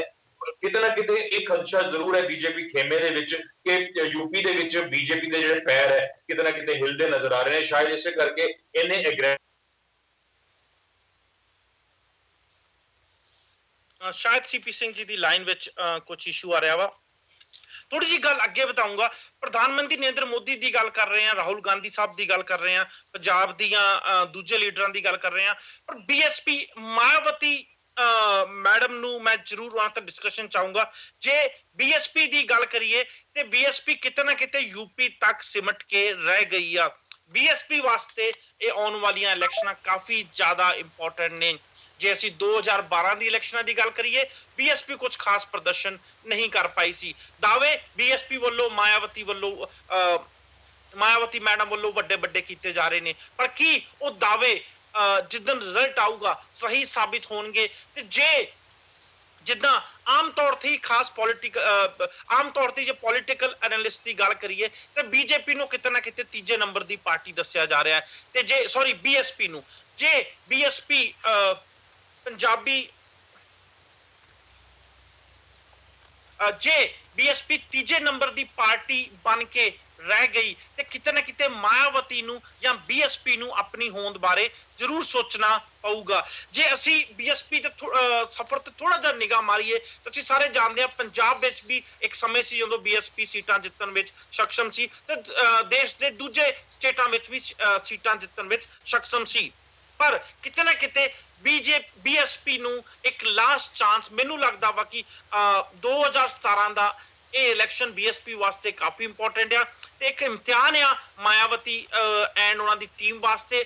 ਤੇ ਸ਼ਾਇਦ ਮੈਨੂੰ ਇੱਕ ਲਾਸਟ ਚਾਂਸ ਮੰਨ ਕੇ ਚੱਲੂੰਗਾ, ਕਿਉਂਕਿ ਜਿਹੜੀ ਰਣਨੀਤੀ ਬੀਐਸਪੀ ਜਾਂ ਮੈਡਮ ਮਾਇਆਵਤੀ ਅਪਣਾ ਰਹੇ ਨੇ, ਕਿਤੇ ਨਾ ਕਿਤੇ ਦਲਿਤਾਂ ਦੀ ਪੋਲਿਟਿਕਸ ਜਿੱਦਾਂ ਲੋਕ ਐਜੂਕੇਟ ਹੁੰਦੇ ਜਾ ਰਹੇ ਨੇ, ਇਸ ਪੋਲਿਟਿਕਸ ਤੋਂ ਉੱਤੇ ਉੱਠਦੇ ਜਾ ਰਹੇ ਨੇ, ਮੇਰੇ ਖਿਆਲ ਬੀਐਸਪੀ ਦਾ ਚੋਣ ਬੈਂਕ ਜਾਂ ਤੁਸੀਂ ਕਹਿ ਸਕਦੇ ਜੋ ਵੋਟਰ ਪਰਸੈਂਟੇਜ ਇੱਕ ਇਹ ਵੀ ਕਾਰਨ ਆ ਕਿ ਉਦਾਂ ਹੀ ਘਟਦਾ ਜਾ ਰਿਹਾ ਵਾ। ਕਿਤੇ ਨਾ ਕਿਤੇ ਬੀਐਸਪੀ ਨੂੰ ਆਪਣੀ ਸਟ੍ਰੈਟਜੀ ਫਿਰ ਤੋਂ ਥਿੰਕ ਕਰਨੀ ਪਊਗੀ ਤੇ ਕਿੱਦਾਂ ਵੋਟਰਸ ਨੂੰ ਵਾਪਸ ਆਪਣੇ ਵੱਲ ਲੈ ਕੇ ਆਉਣਾ ਵਾ, ਇਹ ਜ਼ਰੂਰ ਸੋਚਣਾ ਪਊਗਾ। ਬੀਐਸਪੀ ਵਾਸਤੇ ਤੇ ਮਾਇਆਵਤੀ ਵਾਸਤੇ 11 ਮਾਰਚ ਬਹੁਤ ਹੀ ਇੰਪੋਰਟੈਂਟ ਸਾਬਿਤ ਹੋਊਗਾ। ਜੇ ਕੋਈ ਵੀ ਕਮੈਂਟ ਕਰਨਾ ਚਾਹੇ ਤੇ ਹਰਪ੍ਰੀਤ ਜੀ, ਮੈਂ ਕਮੈਂਟ ਕਰਨਾ ਚਾਹੁੰਦਾ ਇਹਦੇ ਤੇ ਬੀਐਸਪੀ ਦੇ ਇਸ਼ੂ ਤੇ। ਹਰਪ੍ਰੀਤ ਜੀ, ਜੇ ਬੀਐਸਪੀ ਦਾ ਆਪਾਂ ਇਤਿਹਾਸ ਦੇਖੀਏ ਤਾਂ ਬੀਐਸਪੀ ਜਿਹੜੀ ਹੈ ਸ਼ੁਰੂ ਤੋਂ ਉਹ ਦਲਿਤ ਕਾਰਡ ਜਿਹੜੀ ਖੇਲਦੀ ਰਹੀ ਹੈ, ਔਰ ਕਿਤੇ ਨਾ ਕਿਤੇ ਬੀਐਸਪੀ ਦੇ ਜਿਹੜੇ ਇੱਕ ਲੀਡਰਸ਼ਿਪ ਹੈਗੀ, ਜਿਹੜਾ ਕਾਡਰ ਹੈ, ਉਹ ਹਾਈ ਕਮਾਂਡ ਦੀ ਲੀਡਰਸ਼ਿਪ ਨੂੰ ਛੱਡ ਕੇ ਉਸ ਤੋਂ ਨੀਚੇ ਦੇ ਜਿੰਨੇ ਵੀ ਲੀਡਰਸ ਨੇ ਜਿਹੜੇ ਟਾਈਮ ਟੂ ਟਾਈਮ ਕੈਂਡੀਡੇਟਸ ਬਣਦੇ ਨੇ, ਉਹ ਸਟੇਬਲ ਨਹੀਂ ਹੈਗੇ, ਉਹ ਡੈਡੀਕੇਟਡ ਨਹੀਂ ਹੈਗੇ ਟੂਵਰਡਸ ਬੀਐਸਪੀ। ਸੋ ਬਹੁਤ ਵਾਰੀ ਇਹ ਦੇਖਣ ਦੇ ਵਿੱਚ ਆਉਂਦਾ ਕਿ ਬੀਐਸਪੀ ਦੀ ਜਿਹੜੀ ਸੁਪਰੀਮੋ ਹੈ ਮਾਇਆਵਤੀ, ਉਹਨਾਂ ਦੇ ਉੱਪਰ ਇਹ ਬਲੇਮ ਲੱਗਦਾ ਹੈ ਕਿ ਉਹ ਪੈਸੇ ਲੈ ਕੇ ਟਿਕਟਾਂ ਦਿੰਦੇ ਨੇ। ਕਈ ਵਾਰੀ ਇਸ ਤਰ੍ਹਾਂ ਹੁੰਦਾ ਕਿ ਕਿਸੇ ਨੂੰ ਟਿਕਟ ਨਹੀਂ ਮਿਲਦੀ ਤਾਂ ਉਹ ਬਹੁਤ ਜਲਦੀ ਦੂਸਰੀ ਕਿਸੇ ਹੋਰ ਪਾਰਟੀ ਦੇ ਵਿੱਚ ਸਵਿਚ ਕਰ ਜਾਂਦੇ ਆ। ਕਈ ਵਾਰੀ ਕਿਸੇ ਹੋਰ ਪਾਰਟੀ ਦੇ ਕੈਂਡੀਡੇਟ ਨੂੰ ਟਿਕਟ ਨਹੀਂ ਮਿਲਦੀ ਤਾਂ ਉਹ ਬੜੀ ਜਲਦੀ ਬੀਐਸਪੀ ਦੇ ਵਿੱਚ ਆ ਜਾਂਦੇ। ਤਾਂ ਕਿਤੇ ਨਾ ਕਿਤੇ ਇਹ ਚੀਜ਼ਾਂ ਜਿਹੜੀਆਂ ਹੈਗੀਆਂ ਨੇ, ਪ੍ਰਭਜੀਤ ਸਿੰਘ ਜੀ ਇੱਥੇ ਟੋਕਣਾ ਚਾਹੂੰਗਾ, ਇਹ ਚੀਜ਼ ਤੇ ਹਰ ਪਾਰਟੀ ਨਾਲ ਹੋਣ ਡਈ ਹੈ। ਈਵਨ ਕਿ ਨਵੇਂ ਆਏ ਆਮ ਆਦਮੀ ਪਾਰਟੀ ਵੀ ਅਕਾਲੀ ਲੀਡਰ, ਕਾਂਗਰਸ ਲੀਡਰ ਰਹਿਣ ਡਈ ਆ। ਜੇ ਬੀਜੇਪੀ ਦੀ ਗੱਲ ਕਰੀਏ, ਬੀਜੇਪੀ ਦੇ ਲਗਭਗ 20-30% ਕੈਂਡੀਡੇਟ ਤੇ ਹਰ ਸਟੇਟ ਦੇ ਵਿੱਚ ਦੂਜੇ ਪਾਰਟੀਆਂ ਤੋਂ ਆਏ ਲੀਡਰ ਹੁੰਦੇ ਨੇ, ਤੇ ਸਿਰਫ ਅਸੀਂ ਬੀਐਸਪੀ ਨੂੰ ਇਸ ਚੀਜ਼ ਦਾ ਦੋਸ਼ੀ ਕਿਉਂ ਮੰਨੀਏ?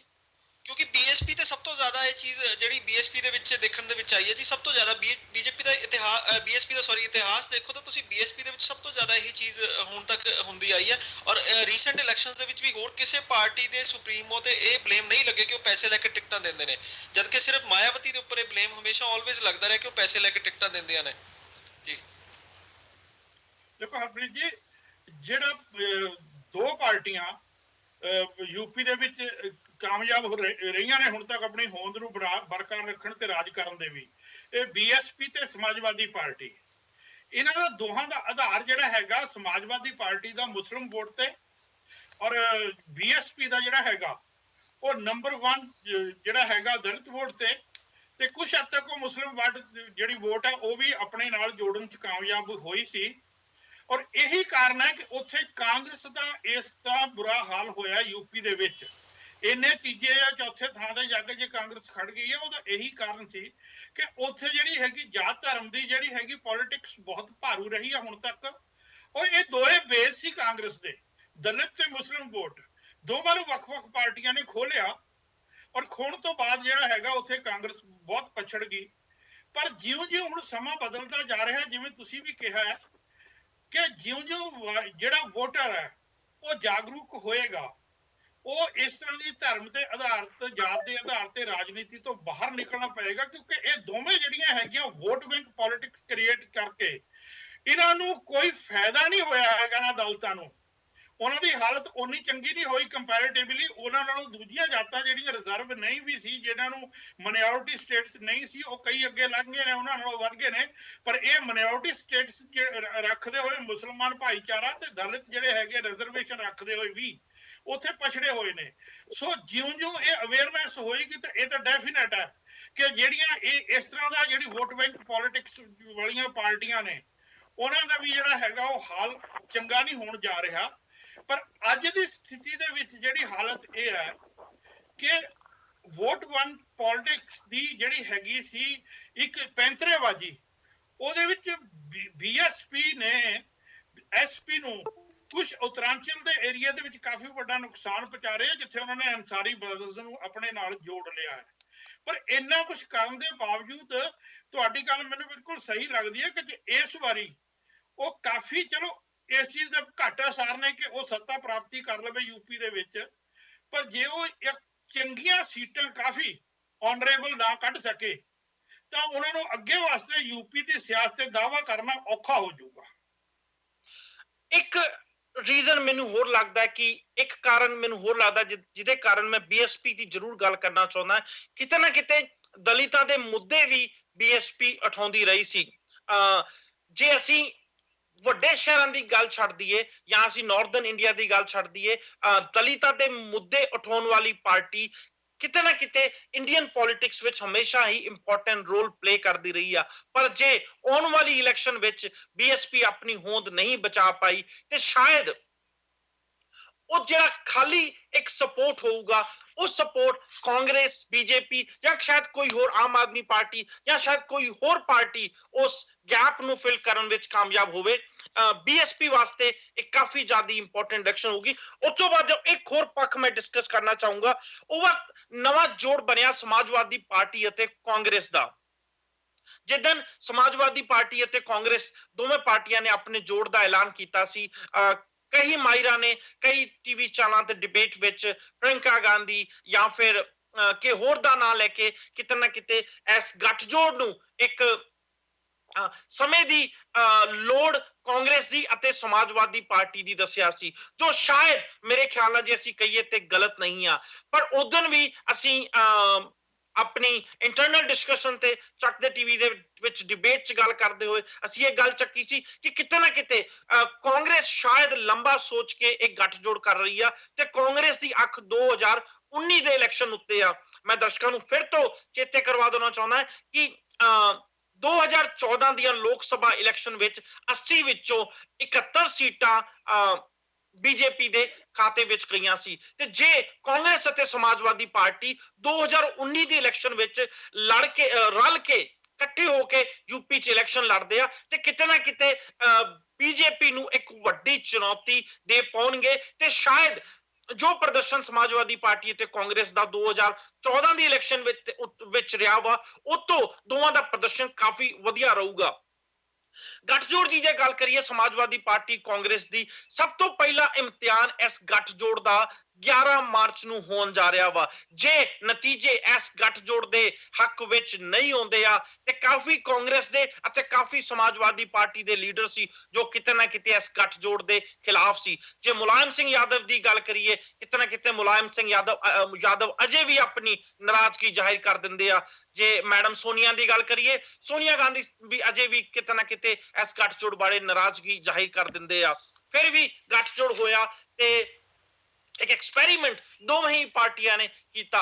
11 ਮਾਰਚ ਨੂੰ ਜੇ ਰਿਜ਼ਲਟ ਸਮਾਜਵਾਦੀ ਪਾਰਟੀ ਅਤੇ ਕਾਂਗਰਸ ਦੇ ਹੱਕ 'ਚ ਨਹੀਂ ਆਉਂਦਾ ਤੇ ਵੇਖਣ ਵਾਲੀ ਚੀਜ਼ ਹੋਊਗੀ ਕਿ ਇਹ ਗੱਠਜੋੜ ਅੱਗੇ ਕਿੱਧਰ ਜਾਂਦਾ ਹੈ। ਕੀ ਇਹ 2019 ਤੱਕ ਦੋਵੇਂ ਪਾਰਟੀਆਂ ਜੁੜ ਕੇ ਰਹਿੰਦੀਆਂ ਨੇ ਜਾਂ ਸਾਨੂੰ ਅਗਲੇ ਆਉਣ ਵਾਲੇ ਕੁਝ ਮਹੀਨਿਆਂ ਵਿੱਚ ਦੋਵੇਂ ਪਾਰਟੀਆਂ ਅੱਡ ਹੁੰਦੀਆਂ ਵਿਖ ਜਾਂਦੀਆਂ ਨੇ? ਦੇਖੋ, ਗੱਠਜੋੜ ਬਣਾਇਆ ਗਿਆ, ਉਹ ਦੋਨਾਂ ਪਾਰਟੀਆਂ ਵਾਸਤੇ ਇੱਕ ਡੈਮੇਜ ਕੰਟਰੋਲ ਦੀ ਸਿਚੁਏਸ਼ਨ ਕ੍ਰੀਏਟ ਕਰਨ ਦੀ ਕੋਸ਼ਿਸ਼ ਕੀਤੀ ਗਈ ਸੀ। ਕਾਂਗਰਸ ਦੀ ਹਾਲਤ ਦੇਖੀ ਆਪਾਂ ਪੂਰੇ ਇੰਡੀਆ ਦੇ ਵਿੱਚ ਤਾਂ ਉਹਨੂੰ ਲੋੜ ਸੀ ਇੱਕ ਐਸੀ ਪਾਰਟੀ ਦੀ ਜਿਹੜੀ ਕਿ ਉਹਦੇ ਨਾਲ ਰਲ ਕੇ ਬੀਜੇਪੀ ਦਾ ਟੱਕਰਾ ਕਰ ਸਕੇ ਜਾਂ ਬੀਜੇਪੀ ਨੂੰ ਮਾਤ ਦੇ ਸਕੇ। ਸੋ ਸ਼ਾਇਦ ਇਸੇ ਕਰਕੇ ਕਾਂਗਰਸ ਬਟ ਜੇ ਅਸੀਂ ਦੇਖਿਆ ਜਾਵੇ ਤਾਂ ਸਮਾਜਵਾਦੀ ਪਾਰਟੀ ਵੀ ਇਹੀ ਚਾਹੁੰਦੀ ਸੀ ਕਿ ਜੇ ਇਲੈਕਸ਼ਨ ਲੜਾਂਗੇ ਤੁਹਾਡੀ ਆਵਾਜ਼ 'ਚ ਇਸ਼ੂ ਆ ਰਿਹਾ ਸੀ ਇਸ ਕਰਕੇ ਜੇ ਕੋਈ ਹੋਰ ਕਮੈਂਟ ਕਰਨਾ ਚਾਹੇ ਜੀ। ਹਰਪ੍ਰੀਤ ਜੀ, ਇਹ ਜਿਹੜੇ ਤੁਸੀਂ ਗੱਠਜੋੜ ਦੀ ਗੱਲ ਕੀਤੀ ਹੈ ਨਾ, ਗੱਲ ਕਰਨੀ ਚਾਹਾਂਗਾ ਜੇ ਤੁਸੀਂ ਮੈਨੂੰ ਮੌਕਾ ਦੇ ਸਕੋ ਤਾਂ। ਹਾਂਜੀ ਪਲੀਜ਼ ਗੋ ਹੈਡ। ਗੱਲ ਇਹ ਹੈ ਕਿ ਜਿਵੇਂ ਪੰਜਾਬ ਦੇ ਵਿੱਚ ਕਾਂਗਰਸ ਦੀ ਪੋਜੀਸ਼ਨ ਹੈ, ਲਗਭਗ ਉਸੇ ਤਰ੍ਹਾਂ ਦੀ ਪੋਜੀਸ਼ਨ ਯੂਪੀ ਦੇ ਵਿੱਚ ਬਸਪਾ ਦੀ ਬਣੀ ਹੋਈ ਹੈ।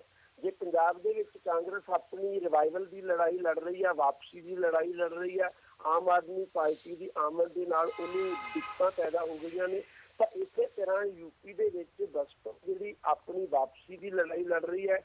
ਕਾਂਗਰਸ ਦਾ ਤੇ ਸਪਾ ਦਾ ਗੱਠਜੋੜ ਹੋਣ ਕਰਕੇ ਉਹਨੂੰ ਵੀ ਪਹਿਲਾਂ ਦੇ ਮੁਕਾਬਲੇ ਵਧੇਰੇ ਦਿੱਕਤ ਦਾ ਸਾਹਮਣਾ ਕਰਨਾ ਪੈ ਰਿਹਾ। ਅਸੀਂ ਇਹ ਨਹੀਂ ਕਹਿ ਸਕਦੇ ਕਿ ਕਿਸੇ ਪਾਰਟੀ ਨੇ ਕਿਸੇ ਪਾਰਟੀ ਨਾਲ ਗੱਠਜੋੜ ਕਿਉਂ ਕੀਤਾ, ਕਿਉਂਕਿ ਹਰ ਪਾਰਟੀ ਨੇ ਆਪਣੀਆਂ ਸਿਆਸੀ ਮਜਬੂਰੀਆਂ ਦੇ ਮੱਦੇਨਜ਼ਰ ਕਿਸੇ ਨਾ ਕਿਸੇ ਤਰੀਕੇ ਦੇ ਨਾਲ ਆਪਣੀ ਰਿਵਾਈਵਲ ਦੀ ਲੜਾਈ ਲੜਨੀ। ਕਾਂਗਰਸ ਲਈ ਤਾਂ ਯੂਪੀ ਦੇ ਵਿੱਚ ਆਪਣੀ ਹੋਂਦ ਨੂੰ ਬਚਾਉਣਾ ਵੀ ਕਾਫੀ ਮੁਸ਼ਕਲ ਹੈ, ਕਿਉਂਕਿ ਕਾਂਗਰਸ ਦੇ ਪ੍ਰਮੁੱਖ ਨੇਤਾ ਯੂਪੀ ਦੇ ਵਿੱਚੋਂ ਚੋਣ ਜਿੱਤਦੇ ਨੇ, ਤੇ ਜੇ ਅਸੀਂ ਸਾਰੀ ਯੂਪੀ ਨੂੰ ਦੇਖੀਏ ਤੇ ਕਾਂਗਰਸ ਦੀ ਹਾਲਤ ਬਹੁਤ ਹੀ ਜ਼ਿਆਦਾ ਪਤਲੀ ਹੈ। ਇਸ ਕਰਕੇ ਕਾਂਗਰਸ ਆਪਣੇ ਸੀਨੀਅਰ ਨੇਤਾਵਾਂ ਦੀ ਹੋਮ ਸਟੇਟ ਦੇ ਵਿੱਚ ਕੋਸ਼ਿਸ਼ ਇਹੀ ਕਰਨ ਦਾ ਯਤਨ ਕਰੇਗੀ ਕਿ ਉਹ ਕਿਸੇ ਨਾ ਕਿਸੇ ਤਰੀਕੇ ਦੇ ਨਾਲ ਵਕਾਰਯੋਗ ਆਪਣੀ ਜਿਹੜੀ ਪੋਜੀਸ਼ਨ ਹੈ ਉਹ ਬਹਾਲ ਕਰਨ ਦੇ ਵਿੱਚ ਸਫਲ ਹੋ ਸਕੇ। ਪਰ ਪੋਜੀਸ਼ਨ ਉਹਨਾਂ ਦੀ ਇੰਨੀ ਆਸਾਨੀ ਨਾਲ ਸਫਲ ਨਹੀਂ ਹੋਣ ਜਾ ਰਹੀ।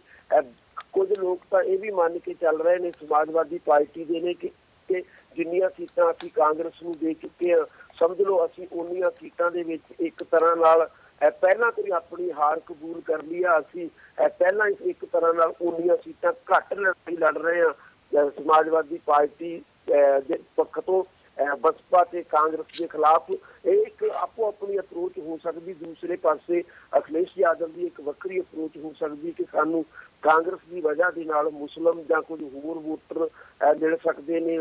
ਇਹਦੇ ਬਾਰੇ ਅਲੱਗ-ਅਲੱਗ ਰਾਏ ਹੋ ਸਕਦੀ, ਪਰ ਇੱਕ ਗੱਲ ਬਹੁਤ ਪੱਕੀ ਹੈ ਕਿ ਬਸਪਾ ਲਈ ਇਹ ਚੋਣ ਬਹੁਤ ਹੀ ਜ਼ਿਆਦਾ ਸਿਆਸੀ ਭਵਿੱਖ ਤੈਅ ਕਰਨ ਵਾਲੀ ਹੈ। ਔਰ ਇਸ ਸਿਆਸੀ ਭਵਿੱਖ ਦੇ ਵਿੱਚ ਰਾਹੁਲ ਗਾਂਧੀ ਦਾ ਆਪਣੇ ਆਪ ਦੇ ਵਿੱਚ ਕਿਹੜੇ ਤਰੀਕੇ ਦੇ ਨਾਲ ਭਵਿੱਖ ਤੈਅ ਹੋਏਗਾ। ਹਾਲਾਂਕਿ 100% ਦੀ ਹਾਰ ਦੇ ਬਾਵਜੂਦ ਰਾਹੁਲ ਗਾਂਧੀ ਦੀ ਪੋਜੀਸ਼ਨ ਕਾਂਗਰਸ ਦੇ ਵਿੱਚ ਬਹੁਤ ਜ਼ਿਆਦਾ ਖਰਾਬ ਹੁੰਦੀ ਨਜ਼ਰ ਨਹੀਂ ਆਉਂਦੀ, ਕਿਉਂਕਿ ਕਾਂਗਰਸ ਦੀ ਜਿਹੜੀ ਕੁਰਬਾ ਪਰਵਰੀ ਦੀ ਪੋਜੀਸ਼ਨ ਹੈ, ਮੈਨੂੰ ਨਹੀਂ ਲੱਗਦਾ ਕਿ ਇੰਨੀ ਕਮਜ਼ੋਰੀ ਦੇ ਬਾਵਜੂਦ ਵੀ ਉਹਦੇ ਉੱਤੇ ਕੋਈ ਬਹੁਤ ਵੱਡਾ ਫੱਟ ਵੱਜਣ ਜਾ ਰਹੀ ਹੋਵੇ। ਹਾਲੇ ਵੀ ਕਾਂਗਰਸ ਦੇ ਵਿੱਚ ਗਾਂਧੀ ਪਰਿਵਾਰ ਦੀ ਜਿਹੜੀ ਬਣੀ ਹੋਈ ਪੋਜੀਸ਼ਨ ਆ ਉਹਨੂੰ ਕੋਈ ਅਜੇ ਧੱਕਾ ਲੱਗਣ ਦੀ ਬਹੁਤੀ ਸੰਭਾਵਨਾ ਨਹੀਂ। ਥੋੜਾ ਬਹੁਤ ਉਹਨੂੰ ਚੈਲੰਜ ਜ਼ਰੂਰ ਹੋ ਸਕਦਾ, ਕੋਈ ਨਾ ਕੋਈ ਨਾਮ ਉੱਭਰ ਕੇ ਸਾਹਮਣੇ ਆ ਸਕਦਾ। ਚੈਲੰਜ ਕਰਨ ਵਾਲਿਆਂ ਵਿੱਚ ਹੋ ਸਕਦਾ ਬਦਲੇ ਹੋਏ ਹਾਲਾਤ ਦੇ ਵਿੱਚ ਜਿੱਦਾਂ ਦੀ ਪੰਜਾਬ ਦੇ ਵਿੱਚ ਜਿੱਤ ਕਾਂਗਰਸ ਨੂੰ ਮਿਲੂਗੀ ਉਹਦੇ ਲਿਹਾਜ਼ ਦੇ ਨਾਲ ਹੋ ਸਕਦਾ ਉਹਦੇ ਚ ਕੈਪਟਨ ਵੀ ਸ਼ਾਮਲ ਹੋਣ। ਪਰ ਜੇ ਉਹ ਜੇਤੂ ਹੋ ਜਾਂਦੇ ਨੇ ਪੰਜਾਬ ਦੇ ਵਿੱਚੋਂ, ਸ਼ਾਇਦ ਉਹ ਵੀ ਰਾਹੁਲ ਗਾਂਧੀ ਦਾ ਉਸ ਤਰੀਕੇ ਦੇ ਨਾਲ ਵਿਰੋਧ ਨਹੀਂ ਕਰਨਗੇ। ਸਬਦੀਪ ਜੀ ਬੜਾ ਵਧੀਆ ਪੁਆਇੰਟ ਚੱਕਿਆ ਤੁਸੀਂ। ਆਪਾਂ ਇਹ ਤੇ ਜ਼ਰੂਰ ਦੇਖ ਰਹੇ ਆ ਜੇ ਕਾਂਗਰਸ ਦੀ ਹਾਰ ਹੁੰਦੀ ਆ, ਪਰ ਜੇ ਪੰਜਾਬ, ਯੂਪੀ ਅਤੇ ਉੱਤਰਾਖੰਡ ਇਹਨਾਂ ਤਿੰਨਾਂ ਸਟੇਟਾਂ ਦੀ ਗੱਲ ਕਰੀਏ, ਜੇ ਕਾਂਗਰਸ ਇੱਥੇ ਵਧੀਆ ਪ੍ਰਦਰਸ਼ਨ ਕਰਦੀ ਆ ਤੇ ਕੀ ਉਹ ਰਿਜ਼ਲਟ ਰਾਹੁਲ ਗਾਂਧੀ ਦੇ ਪੱਖ ਵਿੱਚ ਜਾਊਗਾ? ਜਿੱਦਾਂ ਕਿ ਆਪਾਂ ਪਹਿਲਾਂ ਵੀ ਦਰਸ਼ਕਾਂ ਨੂੰ ਦੱਸ ਚੁੱਕੇ ਹਾਂ ਕਿ ਕਾਂਗਰਸ ਵੱਲੋਂ ਇੱਕੋ ਫੇਸ ਹਰ ਜਗ੍ਹਾ ਕੈਂਪੇਨ ਕਰ ਰਿਹਾ, ਉਹ ਵਾ ਰਾਹੁਲ ਗਾਂਧੀ। ਬਾਕੀ ਸਾਰੇ ਲੀਡਰ ਕਿਤੇ ਨਾ ਕਿਤੇ ਬੈਕਫੁੱਟ ਤੇ ਨੇ।